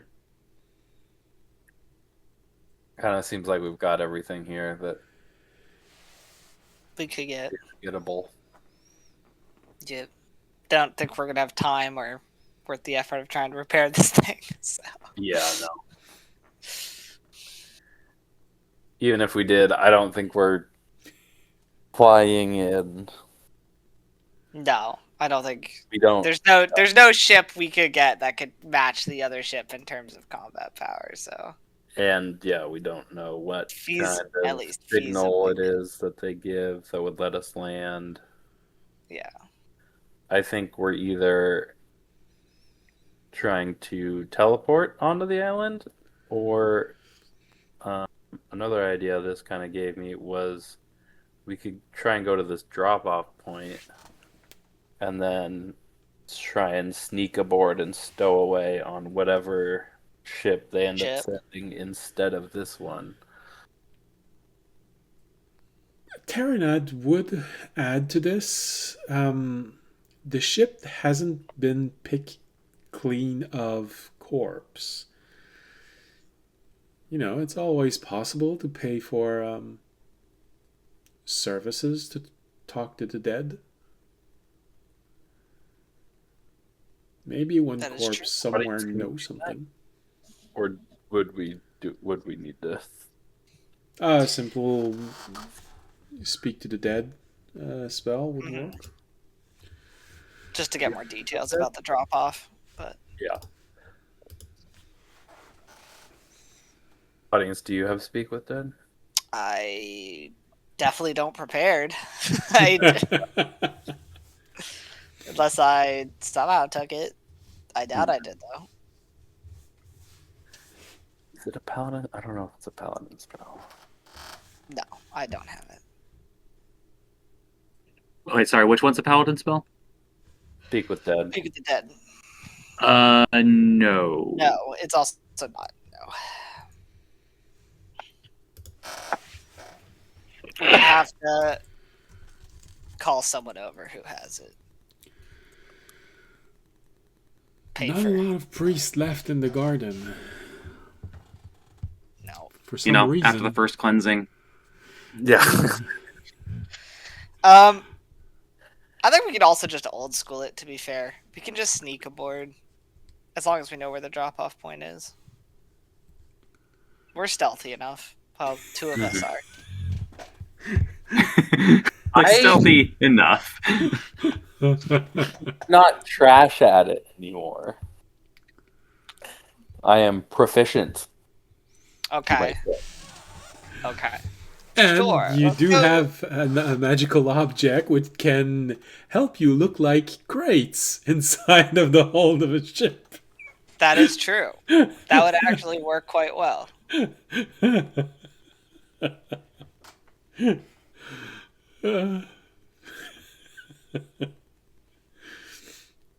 All right. Because I think that might be the best way to get to the island. Yeah, if we can sneak aboard there and then get brought in on. Yep. 'Cause I don't know. I mean, I don't know if they can. Trying to teleport onto an island in the middle of I would prefer the to not try and teleport, even if Yeah. we do have seen the location. That seems pretty risky. it's I risky. think we should go for the smuggle on a ship plan. No. That's good. That's good. Teleport on an island you've never seen. Roll the dice, please. Yeah. Well, no, Land we in have the middle seen of the it. ocean. We've seen it. We've just not. Oh no, the drop off point. I mean. Oh, yeah. We haven't seen the.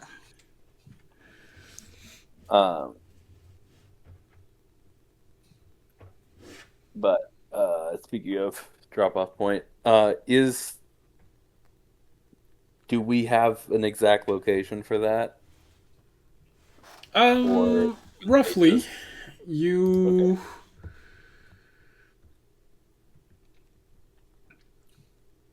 You know roughly where it is, and with a fairly well detailed world map, at least island chain map, you're somewhat confident that you'd be able to, figure out at the very least, narrow it down, but possibly with a good enough roll, figure out which one it is. Uh-huh.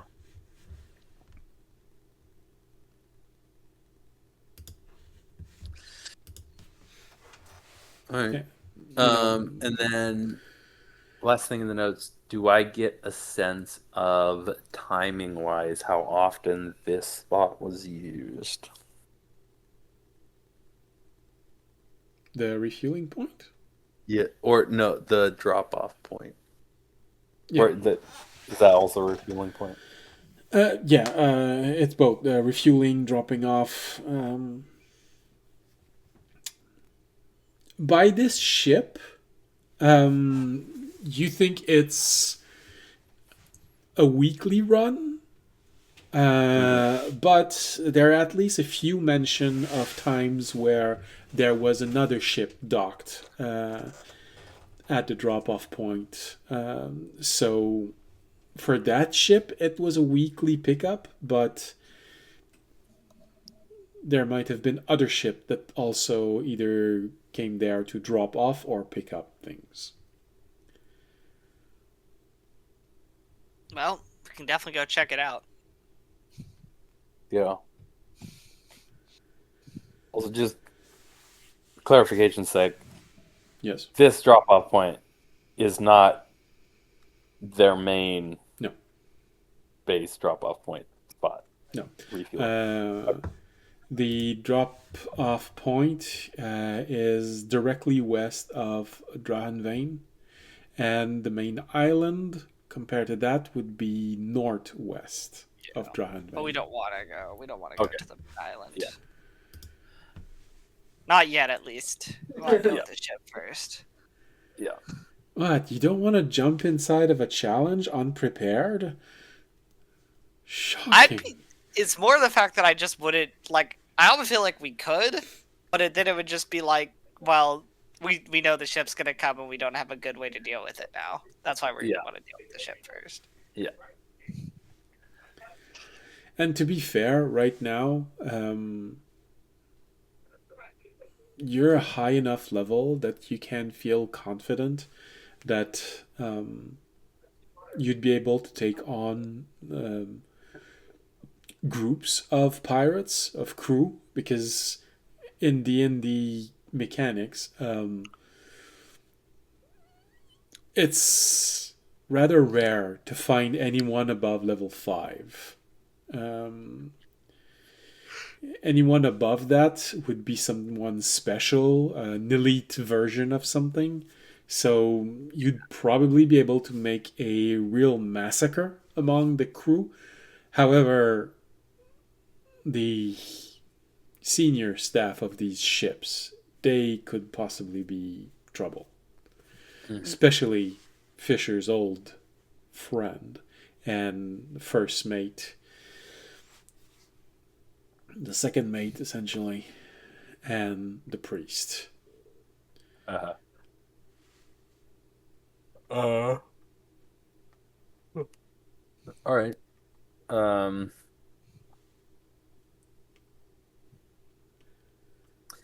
How much do you need to cast Speak with Dead?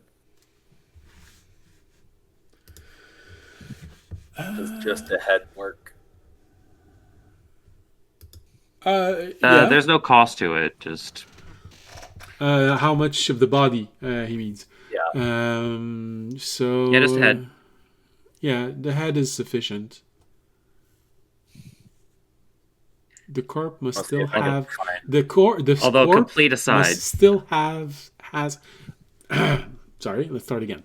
The corpse must still have a mouth and cannot be undead. That's your minimum requirement. I was, however, in one campaign where they allowed us to use a hand, but then, we had to basically interpret the miming of a dead hand. That's pretty good. Trying to figure out what Thing is saying without Wednesday.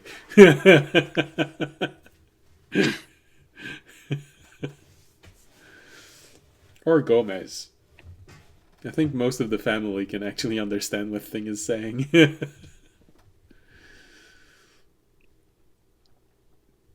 All right. I want to find the captain if I can.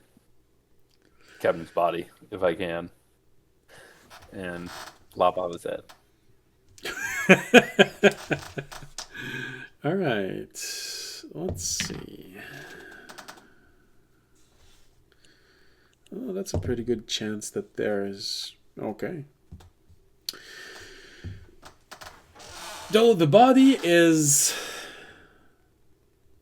seriously mutilated, you do find the remain of this captain. It appears that he was in a very demanding fight, and his 2 legs and one arms are missing. But the rest is there, so you have the minimum requirement.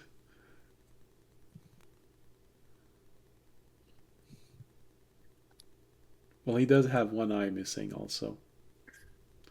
And it feels like something nibbled on his nose, but that's okay. Yeah, that's fine. Man, the raccoons in this area are vicious. Well, you get the impression that the arm was lost during a fight, but maybe the legs were torn off because of the crash. Who knows? Or, Remy had a pretty good perception. He might be onto something. There might be a giant raccoon who actually took off 1 leg and left. The avatar of the. I don't think that's his avatar. I think it's something else.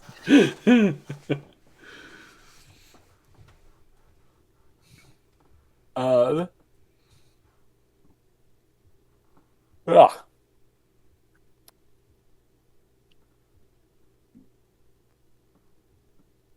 Guess I think we should head back. Yep. Head back and then sleep on it. Go start scouting out, get some prep, go scout out the drop off zone tomorrow. Maybe let the garden know where we're going. Yeah. Get a map, try and pinpoint where it actually is, and then Yeah. Get a map. yeah. Get it out. Alright. I will TP us back. Alright. It's our last charge. And then we'll head back to the garden. And he toilet papers us back. I'll roll for you again. It doesn't matter, but I'll roll. And you rolled a 1. I rolled a 2. It was pretty close. But even on a 2, it's okay. Well, fortunately, you are teleporting to a place that you know extremely well.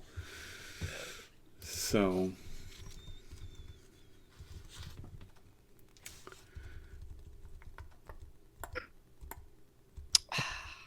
Yeah, that was actually my role to TPS to the island. No, I'm kidding. Hey. We land somewhere off the mid-Atlantic. Well, a 2 is a mishap, so Yeah, no. it just hurts. It's on a difficult journey. Each tavern creature take re-rolls on the table to see where you wind up. Where would you have wound up? Let's see. Let's see. You would have wound up at the right place. Just hurt.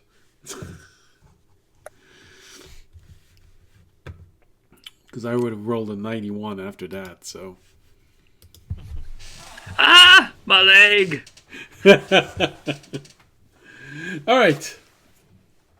You easily find your way back to the garden because, you know, Remy has a collection of each and every portal, so it's a guaranteed success. Fortunately, the engine of the ship was not activated, which means I did not have to downgrade the probability by 1.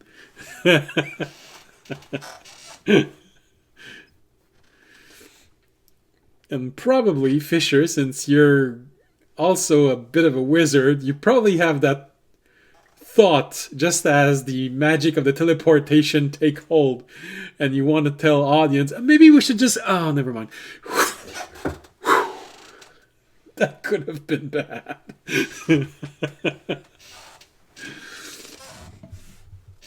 But you find yourself at the entrance, one of the entrance to the garden. You enter. And once again, you find yourself safe. Well, as safe as you can be, surrounded by gnomes, in the garden.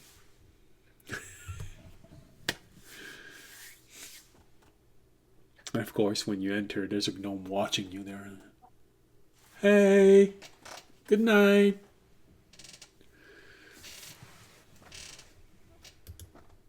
Good night. Good night. You hear the gnome say, "Where do you think they went?" "I don't know, but they have a corpse with them." That's the last thing you hear as they're leaving. Alright. We should take our break. That's exactly what I was gonna say. You quite literally stole the words. Carl. All right. So let's start this music so that people know we're still there, and we'll be back in 15 minutes. Bye.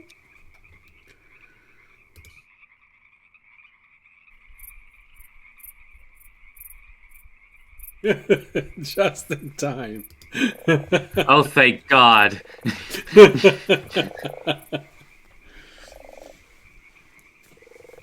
Well, at least it's not just Remy. It's Raimi. He's the only one on screen, but he can't really talk. He's Raimi. Yeah. Slightly weird. All right. So, hopefully, Fisher is not stuck in the bathroom. I think there's a little element of weirdness in this. Fisher actually never needs to go to the bathroom. Although he does need to go to the bathroom. I think he was secretly expressing his desires of no longer having to go to the bathroom, eating and sleeping, and just a waste of time. Yeah. The real power fantasy of playing Fisher. Don't need to eat, don't need to breathe, don't need to drink.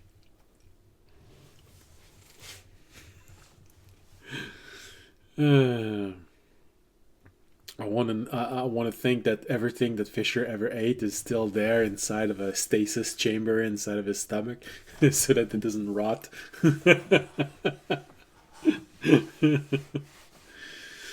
Being studied for science. Absolutely. Hmm. That's actually what the gnome It's a in the bunch of little ethereal. gnomes. Yeah. They're in the ethereal, just poking at what's inside. Oh, I think that's what he ate the first time he was here. It's still there. Yeah. Nasty. All right. So, you're back inside the garden, as safe as gnome can be. It's officially night by the time that you arrived. You probably had to use a little bit of light as you were searching the remains of that ship. You know, that's what Audience was doing. He was shining a light everywhere he was going. It felt like he didn't have a lot to do, but that's actually what he was doing all along. You know, it is interesting that because this party didn't really have, you know, dark vision, we just acquired many different ways to generate light just passively over time.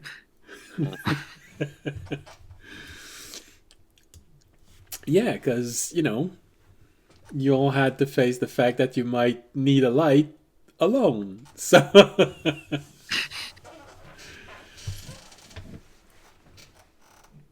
So now, whenever you enter a room, you can blind everyone by all of you taking out your light making object and. Ah! And then, if we want to blow up a mountain full of natural gas, then that's when we pull out the torches. Or I guess just light a match, but, torch might make it faster. No, you just wait. Because instead of hearing boom, you hear. It's a fart volcano. My mind just sent me an image of the fart gun and Despicable Me. You just see this volcano going.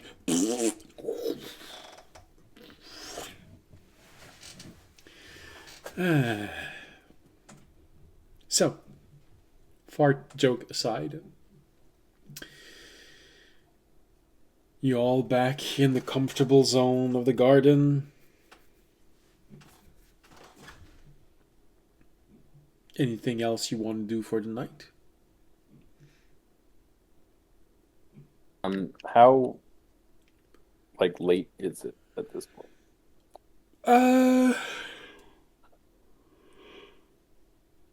Alright. Probably because right now, you're almost at the winter solstice.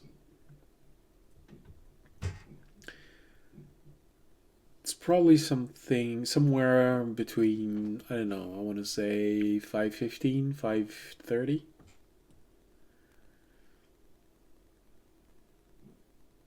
Okay.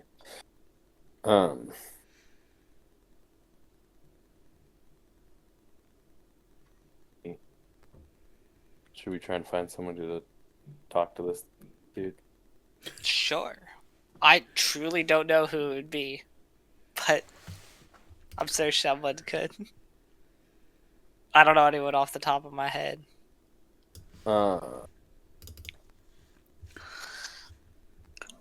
So,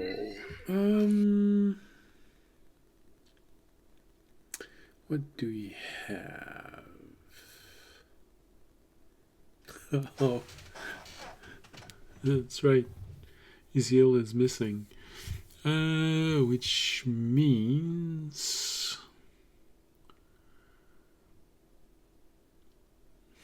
there's only one. There's only one priest left amongst all of the heroes. Is he here right now?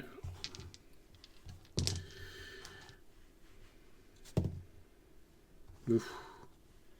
Low chance of him being here. Among the heroes, you do not find any cleric presently inside of the garden. There's this one. Maybe he's here. Oh, higher chance. Okay. Okay, there's actually one. You only have 3 clerics left in the garden.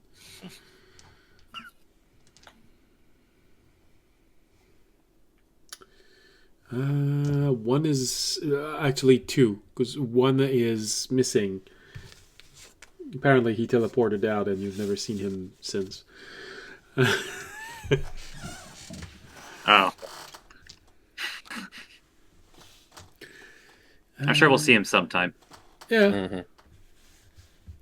Maybe in a couple years. And it's going to be... And I completely lost my train of thoughts. I was looking for... Oh, yeah.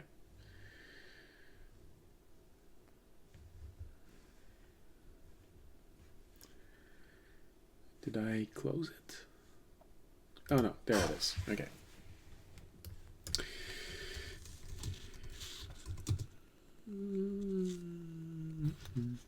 Here we go. Level 3 spell. What are the chances that someone like him would have that kind of spell prepared?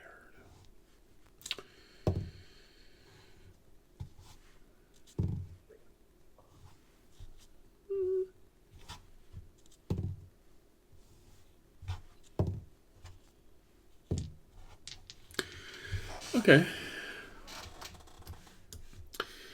You ask around, and it takes you for a little bit of time. Only 2 priests currently on the list. Both of them are inside of the garden right now, so there's always that. That's good. The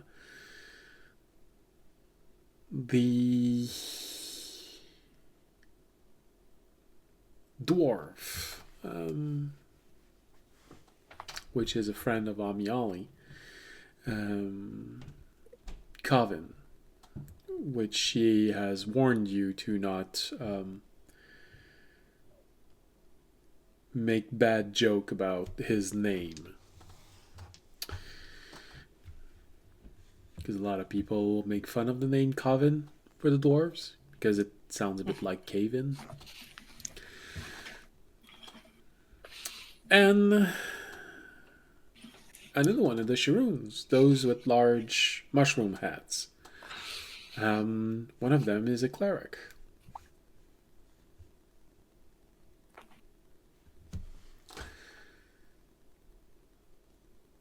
So, which one do you want to talk to? We've talked to Coven before. He knows us. Yeah. If he's around, that'd probably be the easiest. Yeah. Okay.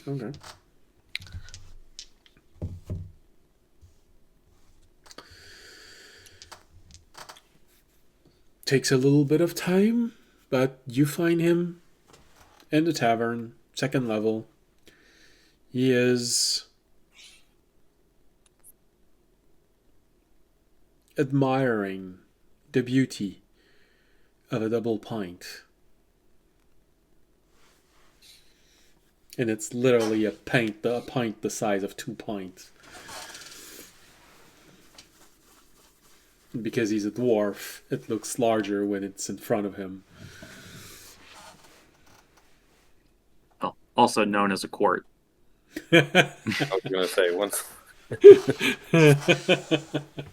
I am not that familiar with the imperial system, so okay. It's okay. We decided to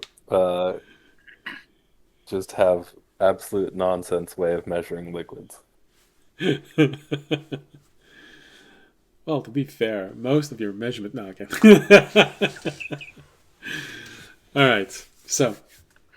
Look, we'd switch to leaders if we wanted to, but we can't. Well, it's been tried before. It's not that you can't, it's that you don't want to. You want to, but the rest of the country doesn't want to. Mhm. I don't know. I think the United States is one of the last three country that still uses the imperial system. Something like It's that. okay as long as England keeps using stone. We have somebody else to make fun of. Well, England is using two systems at the same time. That one, and it is also using the metric system. So, you know. All right. You find him in front of his really large pint, admiring the color, just taking a moment to breathe in the foam on top of it. You just hear him mumbling, Remy, because you have such good passive perception, you can understand what he's mumbling about. Actually, if he's mumbling to himself, he's probably going to be mumbling in Dwarf. Do you know Dwarvish? No. Then you do not understand what he's Don't even mumbling have to about. That would For- be me. Understand Storvish. So do you get close enough to understand what he's mumbling about? Because as you're approaching, all you can hear him do is, Sure, let me. just How does a 13 do for perception? it's just slightly above average. So you don't catch everything that he's saying, but apparently he's commenting on the aromas and the brew on top of the beer. It's apparently an exotic mix. It doesn't come from this island chain. He's just commenting, oh, that's an interesting color, and oh, the foam is dense. That's slightly nutty. Yes. That's roughly the things you hear as you're approaching. He's very absorbed in his drink. He doesn't look up. You don't know if it's because he didn't see you arriving or he doesn't care. He just cares about this delicious pint. Double-sized pint. A quart of beer. Of exotic beer.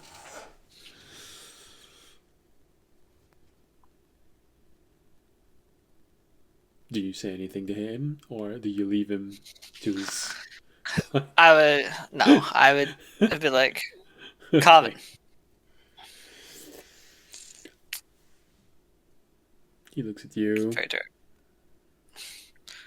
We need someone to speak to a dead body.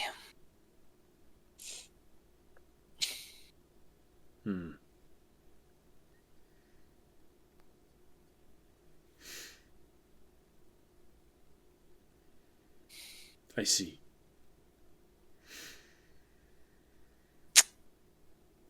I would like if you would be that person. Ah. Interesting. I feel like service like this at this hour of the day needs to be paid. Sure, we can pay you. You have gold. Or other stuff. Yeah, you want another one of those? Noise is thinking about maybe something a little bigger than there's this.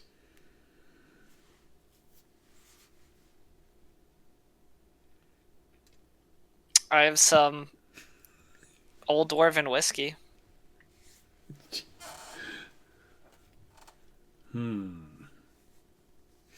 Some very good old dwarven whiskey, and I know this because it's been in my notes for about 2 years now.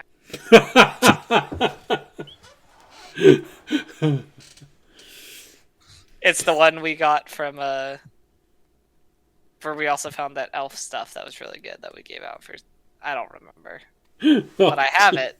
So it's Very it's- good. It's very, very good old dwarven whiskey.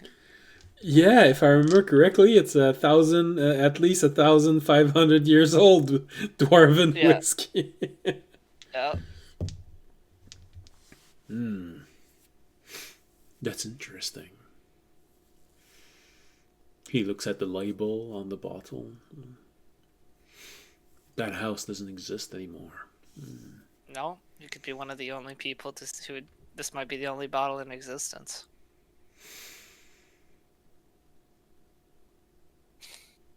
Interesting.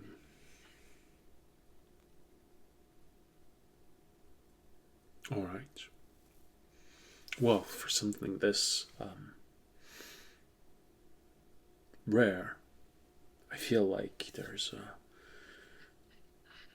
it would be selfish of me to not at least share a little bit of it. Understandable. Nothing like drinking with others. Yes, absolutely. All right. And when you drink with friends, it's also a good idea to have something to help soak up this interesting beverage. And he taps on his stomach as he's saying this. Sure, we can get some food sent up to our room while we speak to do the deed. I'm pretty sure the gnomes around here don't mind if we do this on the table. I'm sure the gnomes don't, but others might.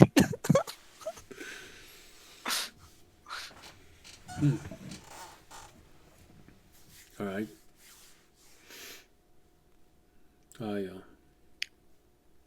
I mean, I understand. I just didn't picture you as someone who had a problem doing things in public. But No, that's okay. I don't. understand. But I've learned to be a little bit more respectful in my time of others' wishes than just my own. Understandable. In many situations, respectable. Not all situation, but No. All right. Do you want to come back with us? I can get something ordered to be sent back. Absolutely. Sure. I'll go order a beef stew to have with the whiskey. That sounds good. Some bread. Go with it. Hearty loaf of bread. Okay. Of course, the tavern keeper for this lavish meal ask you for 1 gold. Oh no.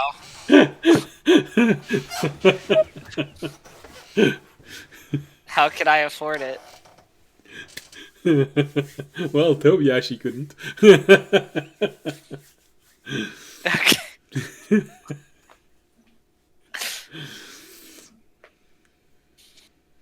And I think he still blamed you for that. It was partially my fault. You Sure, spent that all money's of... in a better Yeah. place now. Yeah. It's inside the walls of the building you're trying to tear down. Yeah. All right. So, easily, the meal is brought to your quarter, his quarter, Fisher's quarter, Remy's quarter.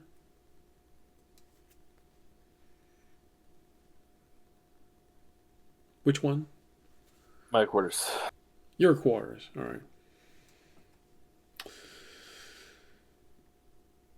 Well, he's a dwarf, and he's not in any hurry, so it takes a little bit of time.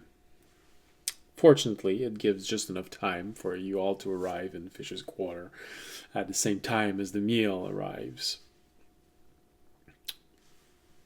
Of course, Coven enters you let him enter your quarters, and Just looks around as he's walking in. Ah. It's so sparse. Yeah. There's Yeah, nothing in here. that's one way of putting it.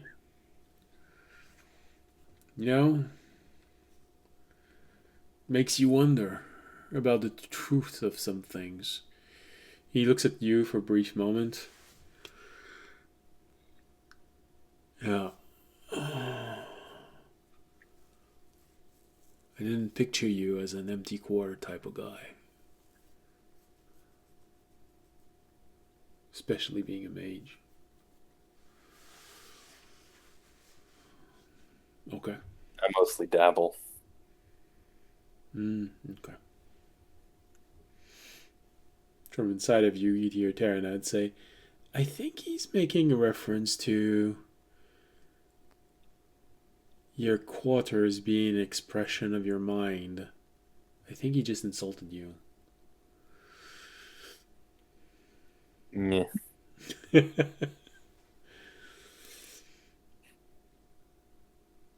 Right. Well then. Drags the table in the middle of the room. He looks at all of you and says, well, we can do this in the order that you want. We can have the food and then have the body, or we can have the body and then the food. I think the body and the food. Body and the food. Alright. Let's do business and then pleasure. Business before pleasure. I've heard that somewhere. Don't believe in that. What, business or pleasure?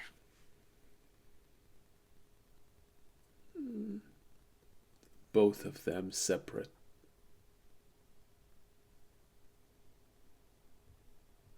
You do well in a brothel, then. Sorry.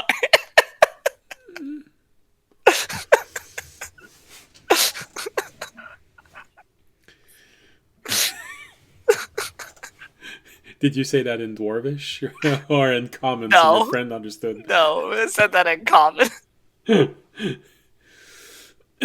He looks at the both of you and, a man of experience, I see.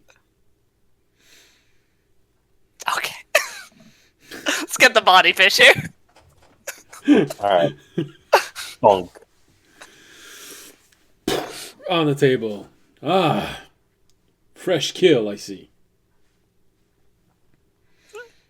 Kind of fresh. Not...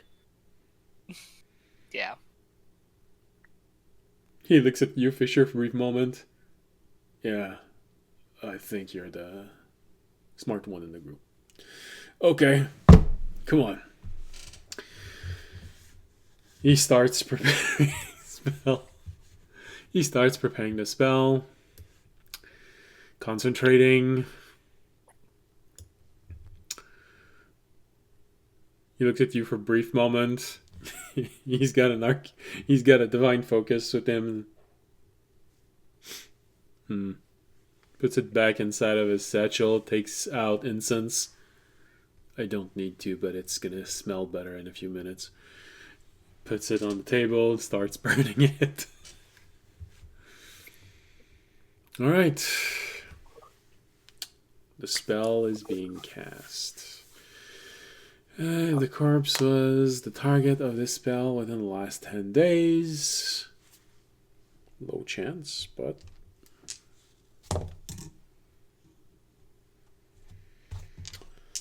Let's see. Alright. It hasn't been targeted by that spell. 5 questions. Okay. Takes a little bit of moment. And then the body just has those little spasms, and then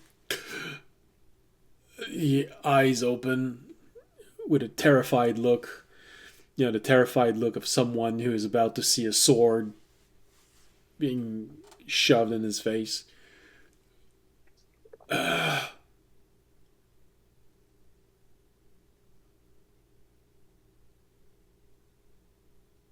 Why am I here?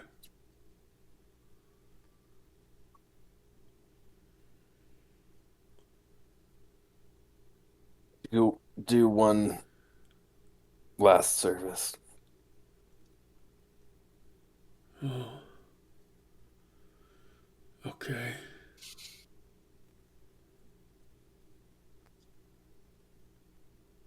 So what's the service?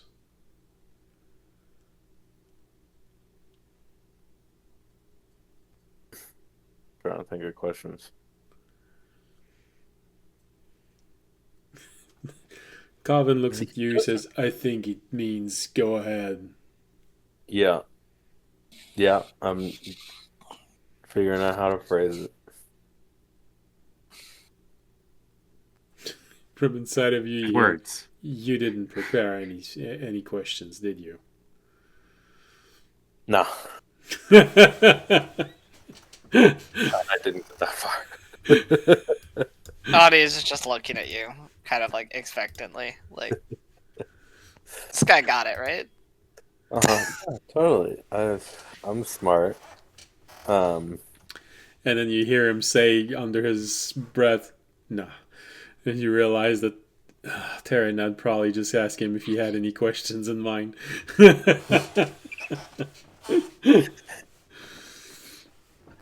Um,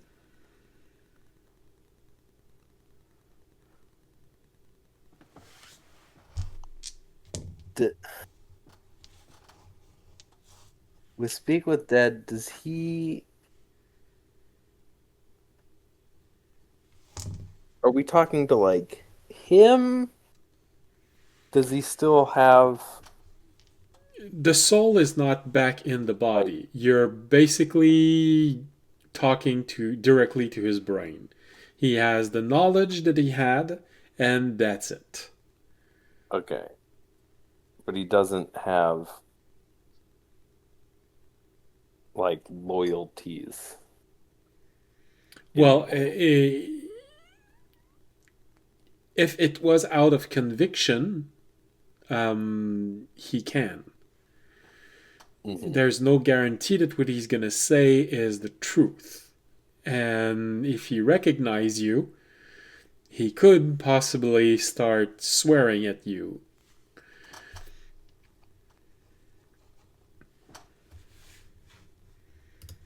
So the description is, until the spell ends, you can ask the corpse up to 5 questions. The corpse knows only what it knew in life, including the language it knew.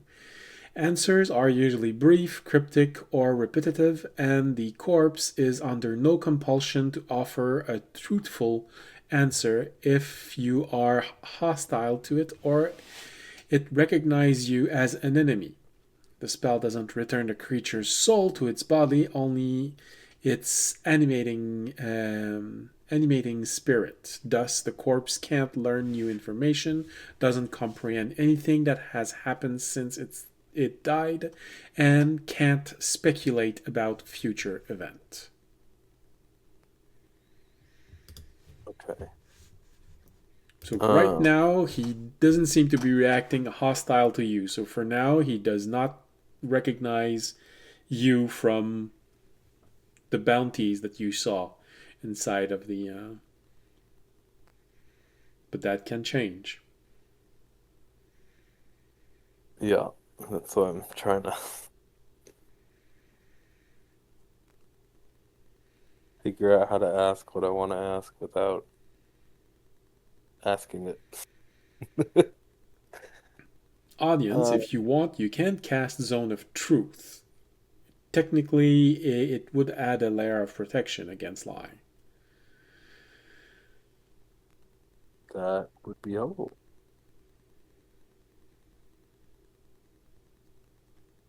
Either his camera is frozen or he no longer hears us.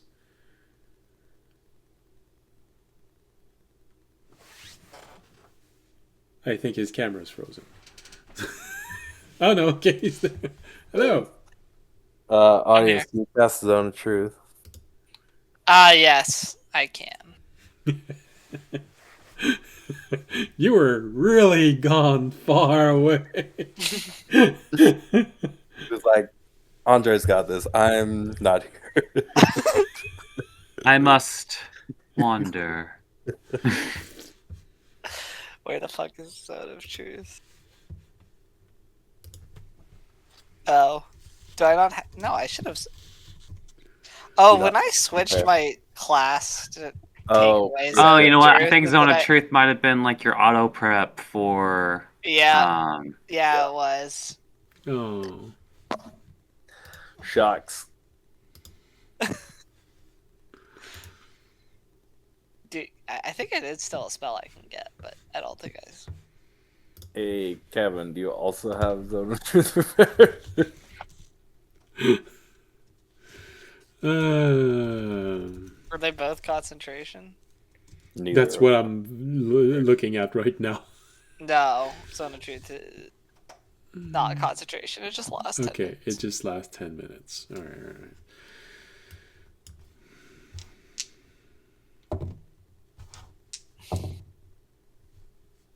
Okay. Yeah, he does. He looks at you for a brief moment as, I see you came well prepared. And he starts casting Zone of Truth. Consummate professional. Alright.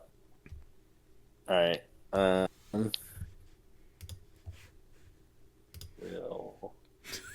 Yeah, he looks at you. Like- you are aware that the spell only lasts 10 minutes, right?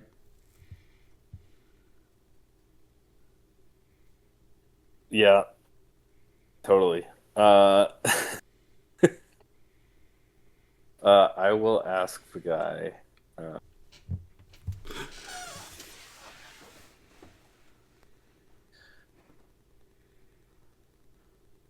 Now that your ship's gone, we gotta take over with the supply runs. What's the none of your crew survived to hand over the... What's the signal you guys use to not get blown out of the sky when you come in every time?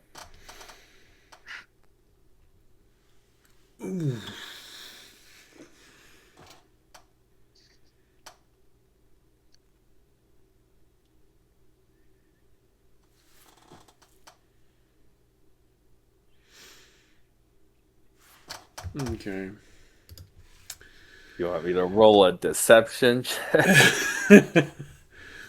Yeah, all right. Yeah, sure. Let's see how convincing your voice was when you said that. Extremely monotone, as always. That is a nat 20. Nice. -1 is 19. Okay. Wait, no. -0. I have 10 charisma. So at least it's Nice still a nat natural 20. Yep. All right.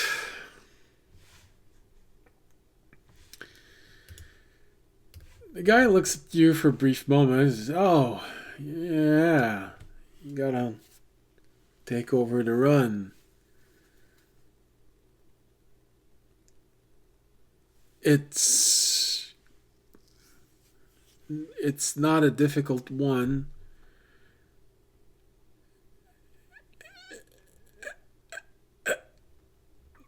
He tries to answer, and there's sort of a moment where he feels kind of stuck.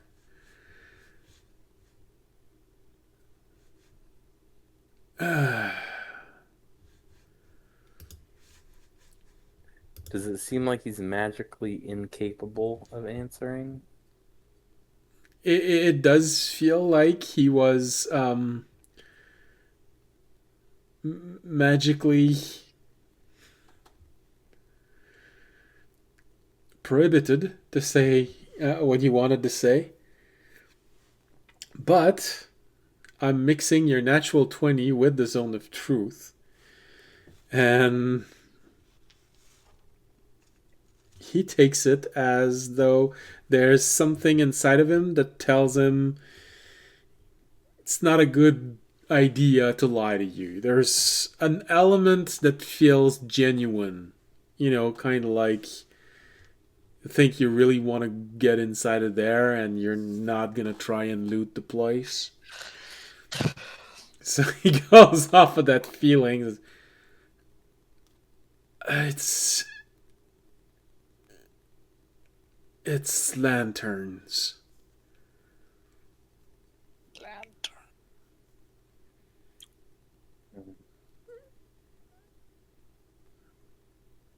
You need 3 lanterns. And the signal changes with the seasons.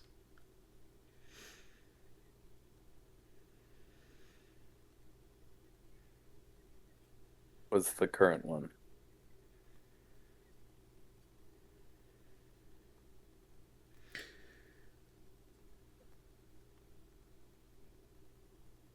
Well, you know, winter is kind of a blank moment. So you gotta start with that one.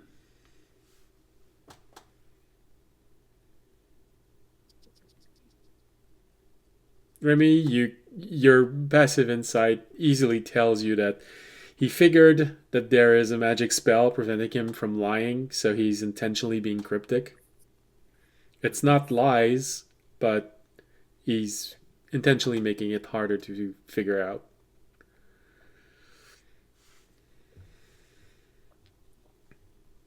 That one's got quite the poker face.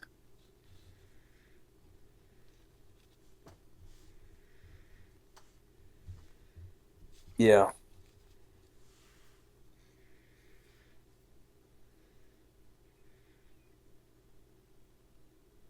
Coven, from behind the corpse, looks at you, Fisher, and gestures you. Mm-hmm. Yeah. Meaning you've got 5 more minutes. The spell ends in 5 minutes. Not you got 5 more questions. Yeah.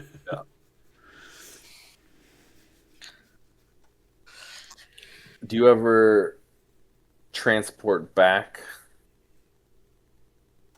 Or do you only ever drop stuff off to be sold? Do you ever bring back shipments too?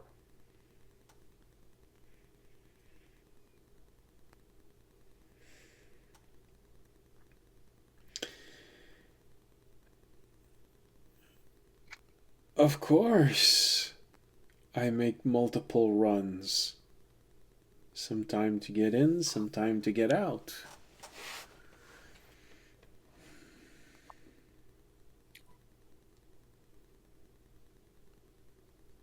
I do bring back. When he says that, you see Coven go. "Oh." I do bring back stuff from time to time. Coven gestured you.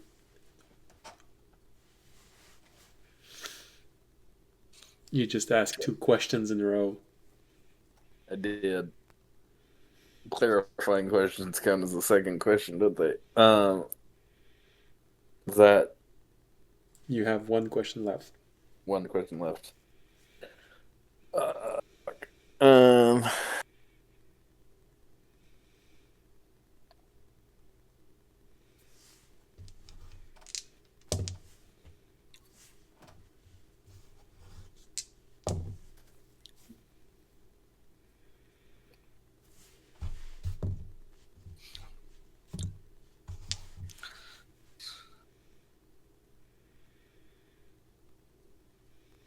Do you,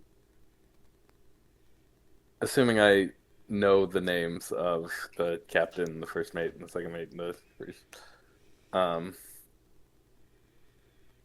will ask him, do they still all run together, or do they split up amongst the ships?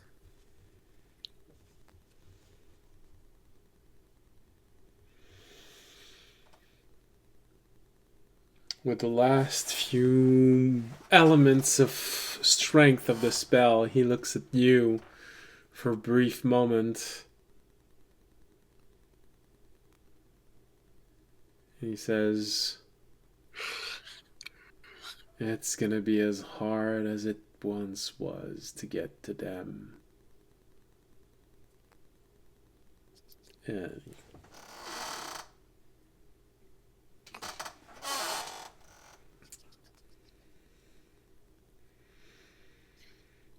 from what you remember, because of what he said, goes back to your memories. The captain was barely never alone. There was always at least one person between his first mate and his personal assassin that was always there with him. So there, you'd have your confirmation that there will at least be one of them with him, possibly more, but a minimum of one of them will be able to respond within the first round of combat at the most. All right.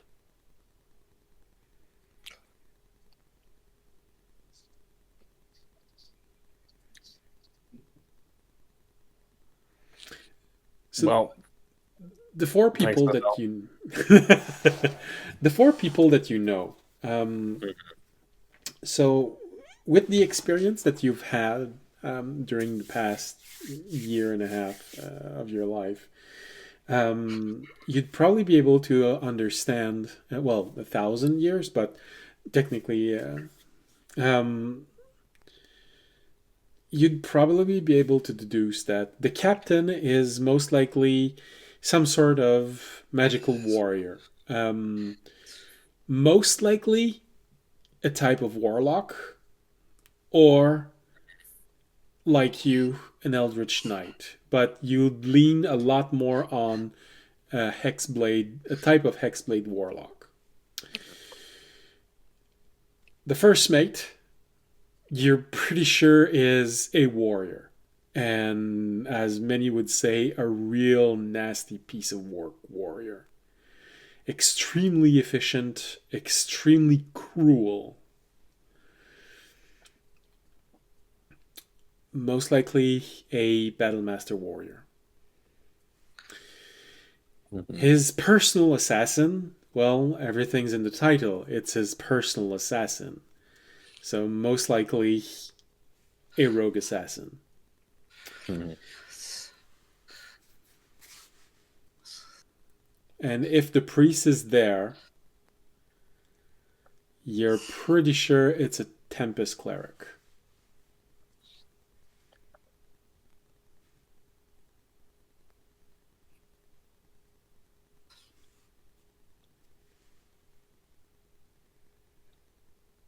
right.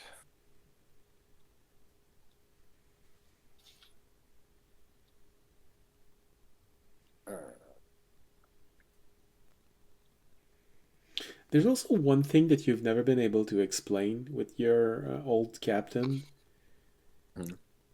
He always seemed to be eerily well prepared for combat. Especially when there was someone who thought he could seize power. Some reason he always was able to circumvent elements of a fight as if he just could tell that, oh, this is how you're planning on attacking me.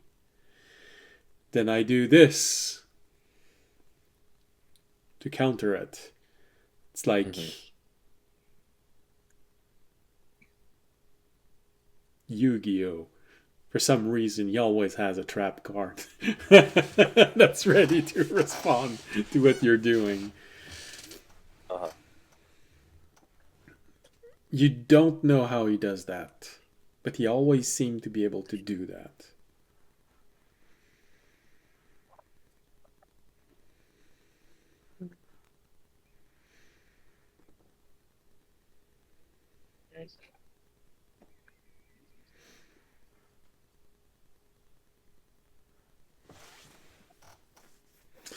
Of course, if he hired new people, it's been several years, he could have a new favorite, but those are the ones that you know. Uh-huh. And you just got confirmation that there's at least one of them always nearby. So you will most likely have to face a minimum of 2 of the peoples you hate the most in the world. Mm-hmm.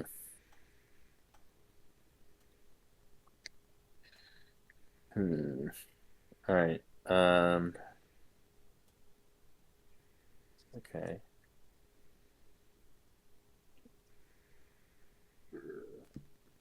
Sorry. Well, like next step is to find a map and try and pinpoint exactly where this drop is.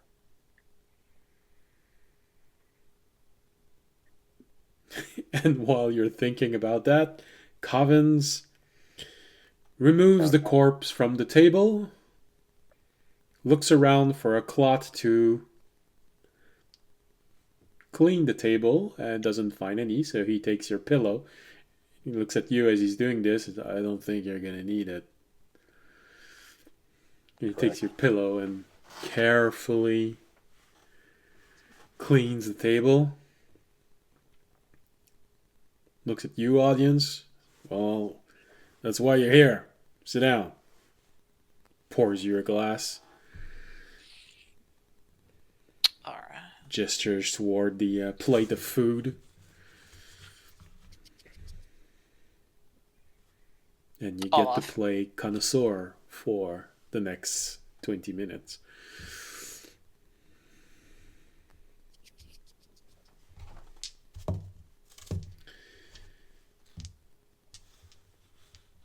You'll have to say that you've never tasted a dwarven whiskey that's quite as complex in flavor as this one.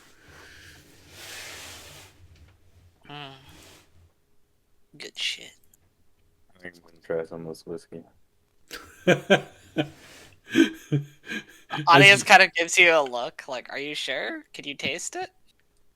I wouldn't want to waste it on you. Okay. I'm gonna pour you a very small glass cup. Just before you start pouring, you see Coven putting his hand in front of his mug, sort of protecting it from Fisher. Then you start pouring, and you see him relax a little bit. You get a very small glass to try. You get a shot. Yeah, pour it inside of a mug. You get a half shot. You get a half shot. I down it and go. Yeah, no, that doesn't taste like anything. Yeah, that's why I gave you a half shot. Well, at least you gave it a shot. I turn back to Poe and I'll be like, I apologize for Fisher. I know, basically saying that this whiskey tastes like nothing insults not only you, but your entire race and culture. But he doesn't mean it. Yeah.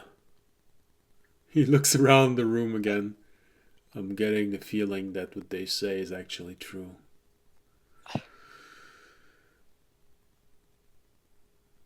Oh, maybe. What do they say?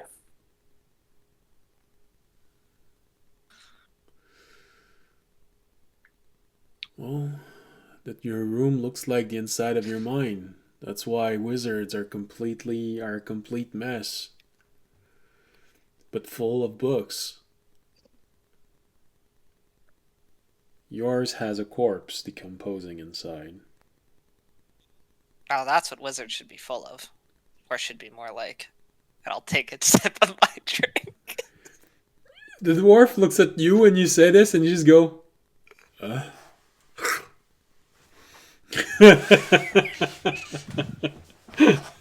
Dwarves and wizards,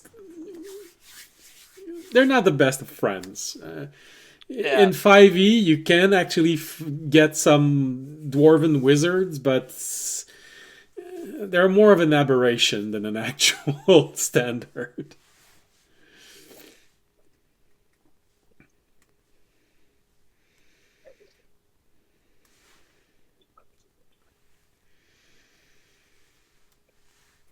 So, Good food, good drink, good combination. Fisher, you get insulted. And My own home. yeah. And what does Remy do in all of this? I mean,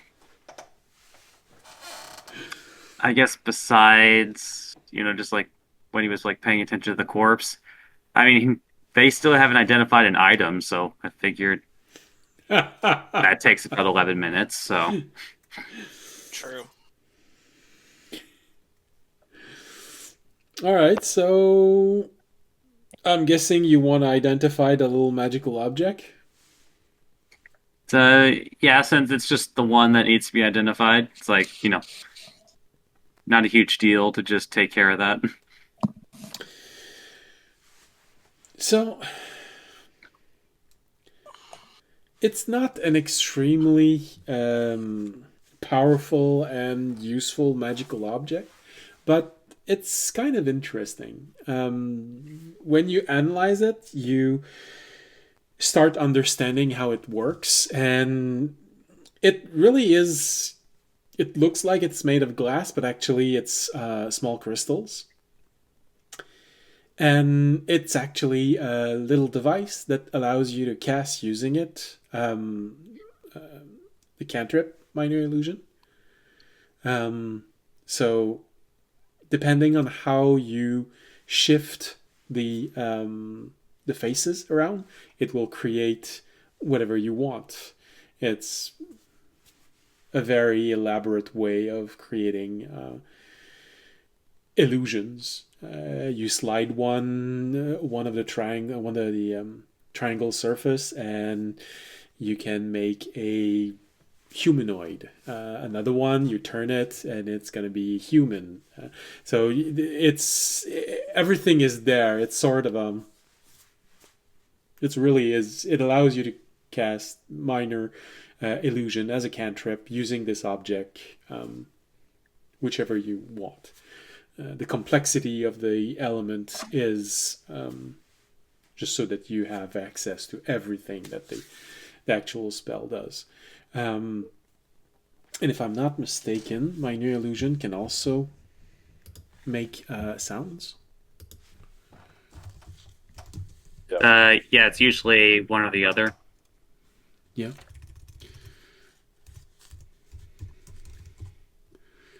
Oh, come on. Okay. It kind of works the same way, but the by shifting the triangles, the various triangle on the surface in a specific way, that's gonna emit a small sound. But depending on how the crystals are placed, this is what modulates the sound of it. So Remy would probably be able, with a bit more fiddling than most people would do, to be able to simply just shift it, activate it, leave it there, and it's a source of minor illusion. It just stays there. Or you can give it to someone, because it's actually very, very pretty. It's really a small crystal, which with a lot of triangular surface. I try to imagine a D100 that has enough room for you to shift all the little faces in every direction, turn them, push them.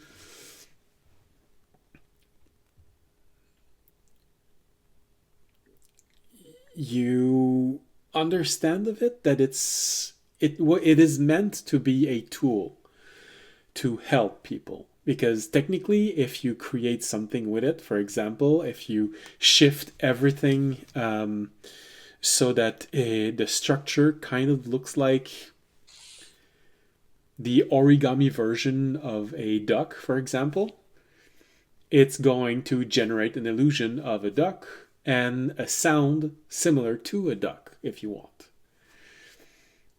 So the shapes are, like I said, it kind of makes you think about origami, how the shapes are not exactly it, but you can sort of recognize it.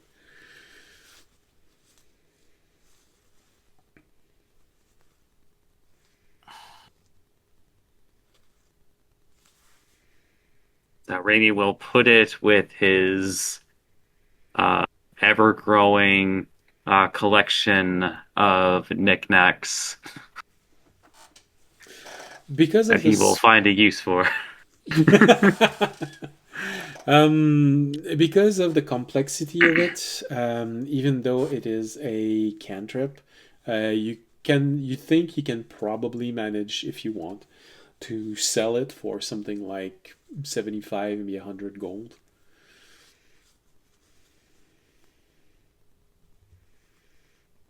Which for most people who are not adventurers is a lot of money, but for adventurers it's, you know.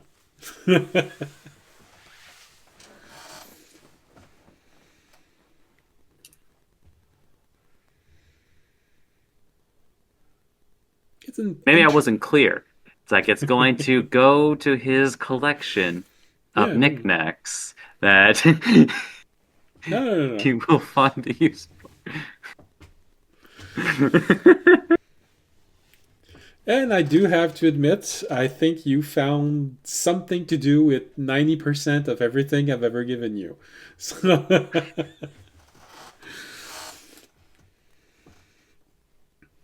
I remember there's like one in particular, like it's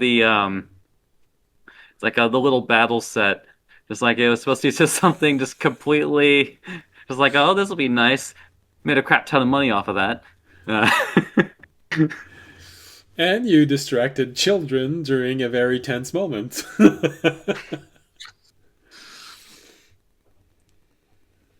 Yeah. No, no, no. All right. So that's what that little magical object does. I'll probably create it in D&D Beyond. It's gonna be quite easy. It's literally just a trinket that makes minor illusion, but with a lot of explanation around it to transform it into a sort of piece of art. So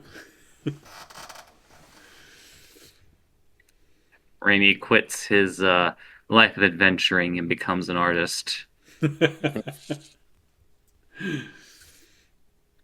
Makes little knickknacks out of diamonds.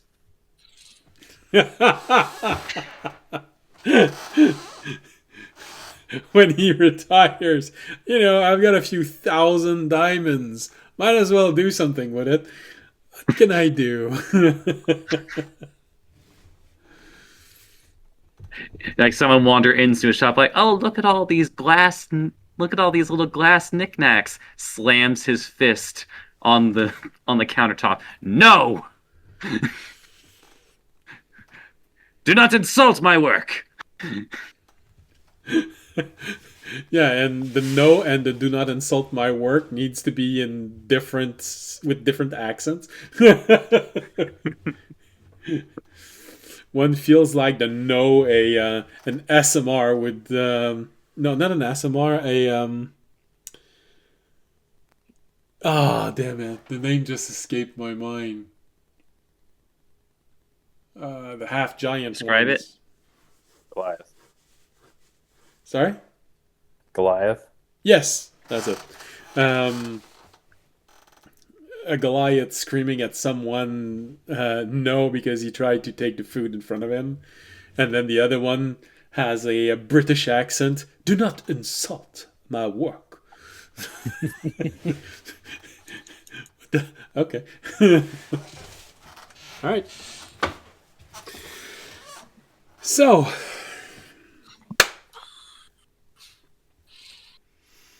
it's easy to find a map. Since the garden is gathering information about your world, and anything that anyone gives them is worth something. I'm gonna have you roll, but that's just to tell me how long you take, not if you find it. What am I rolling? Investigation. That is an 11 plus 9 for 20. Damn. It's nearly second nature. That's probably because you spend so much time in here compared to all of your friends. You arrive, you go directly to the section, you take a moment, and then you take a book, open it, and it's almost as if it was magic. You open it and it's right there, the right page. Nice. You unfold it, because of course GNOME made it so it's unfoldable. And now that you look at it, you want to say that there's probably a minor illusion on it because it feels like it's in 3D. So you keep looking at it. And you look at this little triangle of island.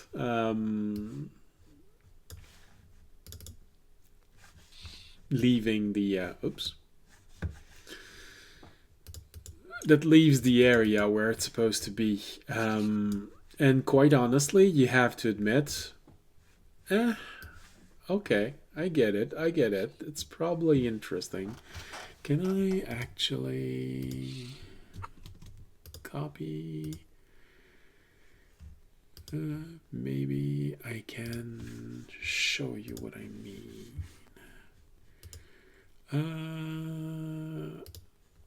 Save triangle record and this goes here and this goes here. And now I am running low on space on my desk. And I just hid the camera so no one can be seen. Okay. So that's for everyone to see.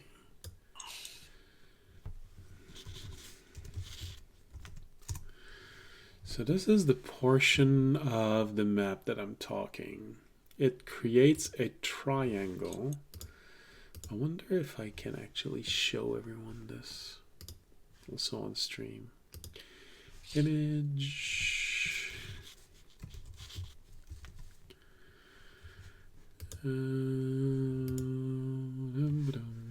Desktop.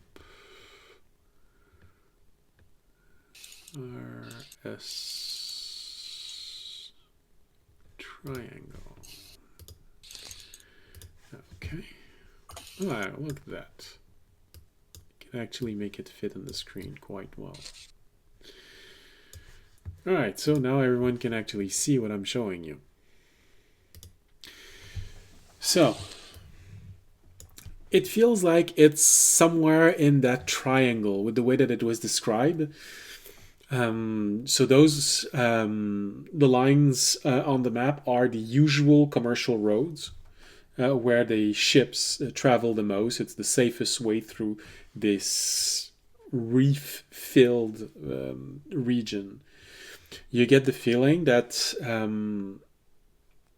the center of the triangle, the biggest island, or one of the two that are on the sides, are probably the islands that you're looking for. One of them is most likely it. So either the big one at the center, which makes a lot of sense, because it's the largest one, but the one that is sort of southwest or the one that is east of it Are also could be good candidate. Large enough for a small base to be placed. But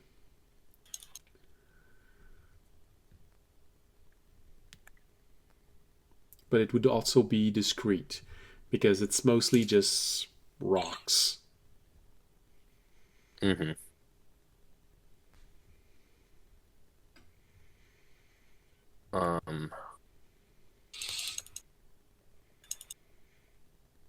What's the scale like here? Are these each like a couple? All right. So, 1, 2, 3, 4. It's too small. I can't see well. Okay, 1, 2, 3, 4, 5, 6, 7, 8, 9, 10, 11, 12, 13, 14, 15, 16. 24 divided by 16. That's 1.5 miles. So the really big one feels like it's at least 2 or 3 miles wide, but it's mostly just rock. While the two others are at the most 3 miles wide. They're a good candidate because you can easily put something on the other side. So if you want to compare, on the map, a single dot from the road is 1.5 miles. Okay. So they're the largest ones, and the one at the center is close to a bend in the usual commercial way, so it makes a good candidate. But what you bring up as a point is not a bad one. It's pretty large. Maybe people would have the reflex of going there first. However, the one that is northwest of it is maybe just one? yeah, the small round one. Mm-hmm. It's barely 2 miles wide, and it's all jagged reef. All right. It's the kind of place that'd be kind of hard to get to unless you really know what you're doing. Yep.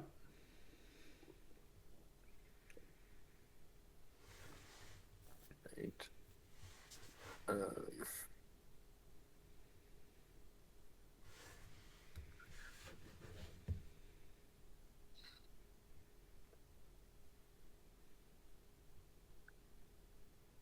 in general, though, none of these have, are any of these like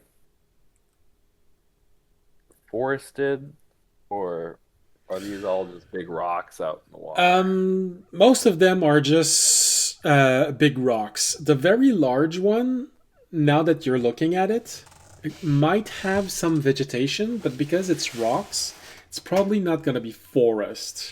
But you could have a very tundra-like vegetation, bushes, lichen, things like this. Mhm. A colony of birds.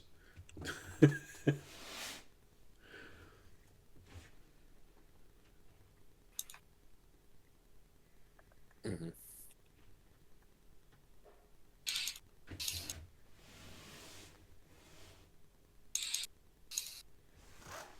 All right. And then is there uh I would like to, you said there's is kind of surrounded by like reefs and stuff. Um, yeah, the entire region. That's why there are official Lanes.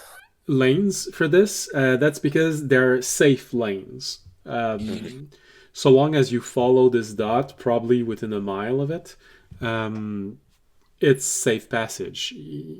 But if you stray too far away from it, then it's either shallow waters or reef infested water. Uh-huh. That sounded weird to say, but you get the Yeah. idea. Yeah. Um, all right. I would like to try uh, the boat we or the ship we were just investigating. Hmm. Is it a dual air water? Except for the fact that it's been eviscerated on the side, yes. Okay. So they wouldn't have needed an air dock. And they also wouldn't have necessarily needed a safe path through the water. Yep.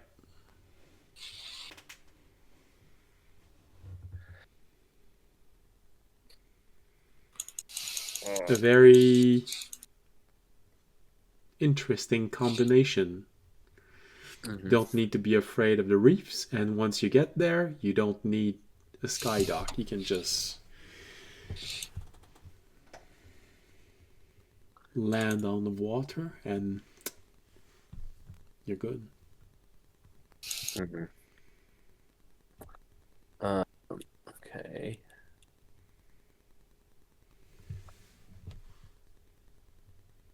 So that means we will probably need an airship to get there.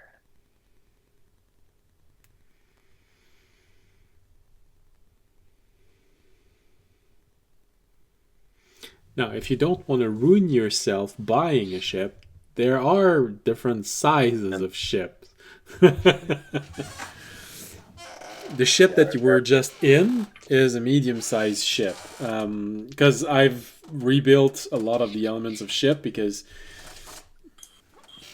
there's a possibility that a second campaign may be with a ship. So I sort of build my own little legend of it. But essentially, the smallest size of ship is the equivalent of a large boat.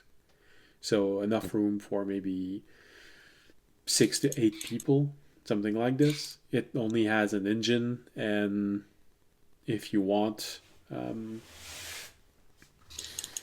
a directional ballista, so a ballista oriented toward the front. But Also, it's we could probably just hire somebody to drop us off. Audience knows, because of the nobles, a few people that could probably very willingly give you a decent price and discretion. Because we probably don't want to have to hide. Because if we're going to be sneaking onto a different ship, we don't want there to just be a random little dinghy. But they're like, oh, what's that here? Well, I feel like Terranad might say something that feels similar to that, but as a dungeon master, I'll say, you know that this is Dungeons and Dragons. You can easily modify spells to make a cloaked ship. Invisibility just needs to be increased a little bit in strength to be able to encompass a ship. That sounds dope. That also sounds like something we will be leaving behind. Spend a lot of money on and then lose. So I will keep that in mind for later. For campaign 2. Now I want a cloaked ship.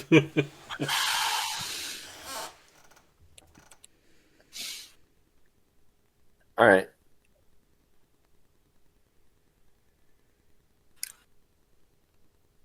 Audience, if you have an opinion on the matter, I don't mind you having followed Fisher. No, it's okay. I'd probably roll up the map and then, or go see a warden, see if I could get a copy of it, and then head back. Is there an official?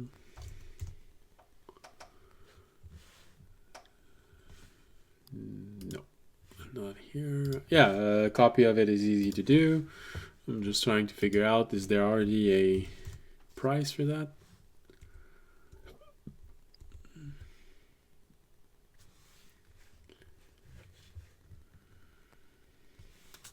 pretty sure someone at least. 10 roll up sheet of paper or 5 rolled up sheet of parchment. Case, map, or scroll.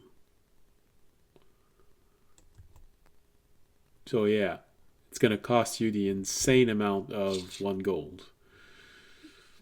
That was good.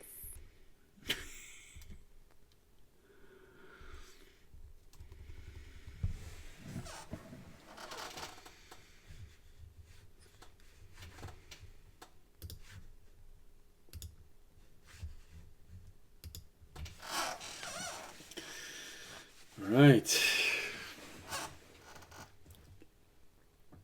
The map will be ready within the hour. All right. I'll just wait around for it and then head back to my room. They can deliver it to your quarters if you want. Nah, I'm not gonna make somebody make that track. Really? Because I'm sure a gnome would gladly accept. Yeah, no, I'll just wander the aisles.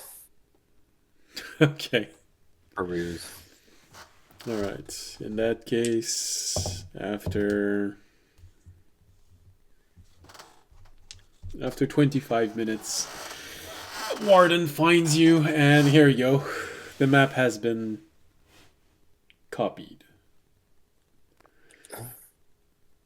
Thank you. The shimmering effect that the gnome placed inside of the book hasn't been copied, though. So. Perfect. And then I will head back to my room. Alright. So, with a map in hand, that no longer feels 3D, but other than that, it's completely there. You have the answers to your questions and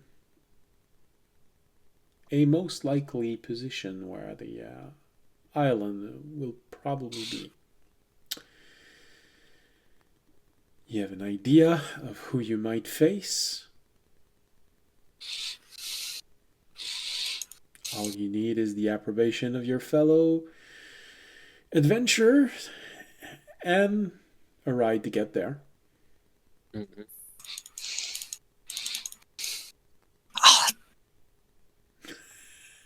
You okay? Yeah. I feel like that was a hard deception.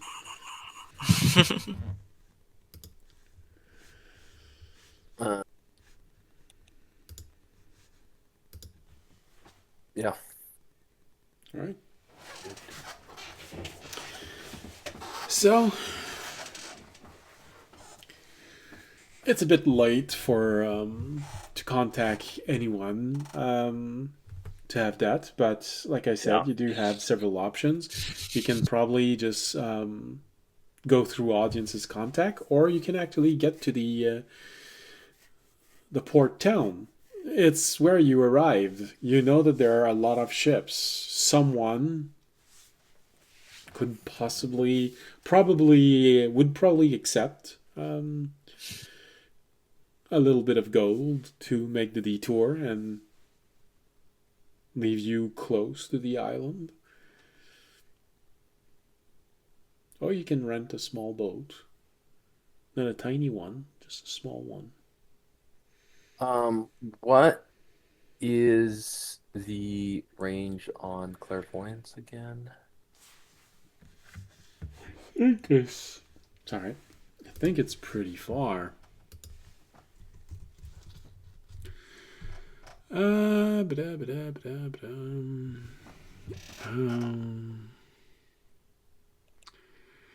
in a familiar place to you, a place you have visited or seen before, or in an obvious location that is unfamiliar to you, such as behind a door, The sensor remains in place for the duration, and it can't be attacked or otherwise interacted with when you cast a spell. So anywhere on the realm, so long as you've seen it. Oh no, range 1 mile. Okay, yeah, I was like, what? that would just be like. I was reading Right. the That's spell. too far. I feel like I've seen a range before. I completely forgot to look into the range stat. All right, 1 mile. Okay, still pretty far. Right.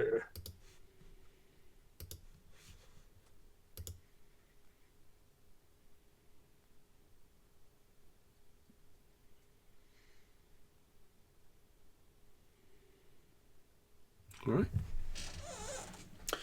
So, I feel like this is probably a good place to finish today's stream. I feel like audience is getting more easily distracted at this time than earlier today.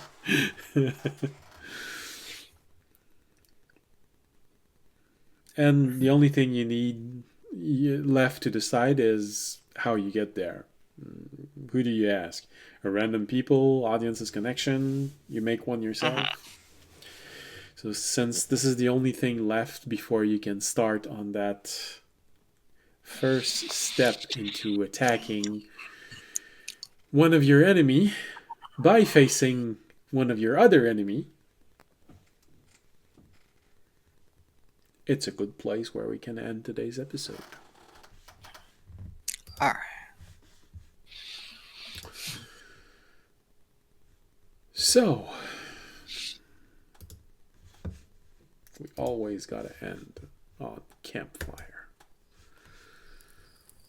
I hope there's a good campfire music than the music that I got during Christmas, because we gotta end on a good campfire music. Or ambiance. Alright, so thank you for being here tonight. Thank you for watching. Hope you had a pleasant, whatever part of the day it is, wherever you are in the world. Hope you found whatever it was you were looking for. If you want to support us, we got Twitch, Twitter, YouTube, Patreon. A link below for donation. Only donate if you can afford it. And you can also just spread the word of the channel. Helps tremendously. So,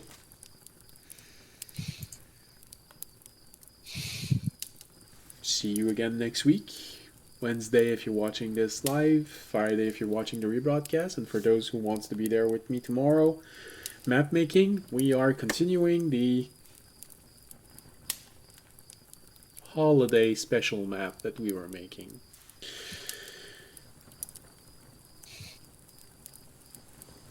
I think that's everything I can say. Anyone want to add something to this? No. Okay then. Remember to eat your vegetables. Important. Yeah, but no. It's kind of what audience was talking about: business and pleasure. You know. Okay, fine. You can have cheese with your vegetables. That's already a little bit better. All right. All right. So thank you for being here. Thank you for watching, and as always, see you next week. Stay safe and stay healthy. Good night. Good night. Good night.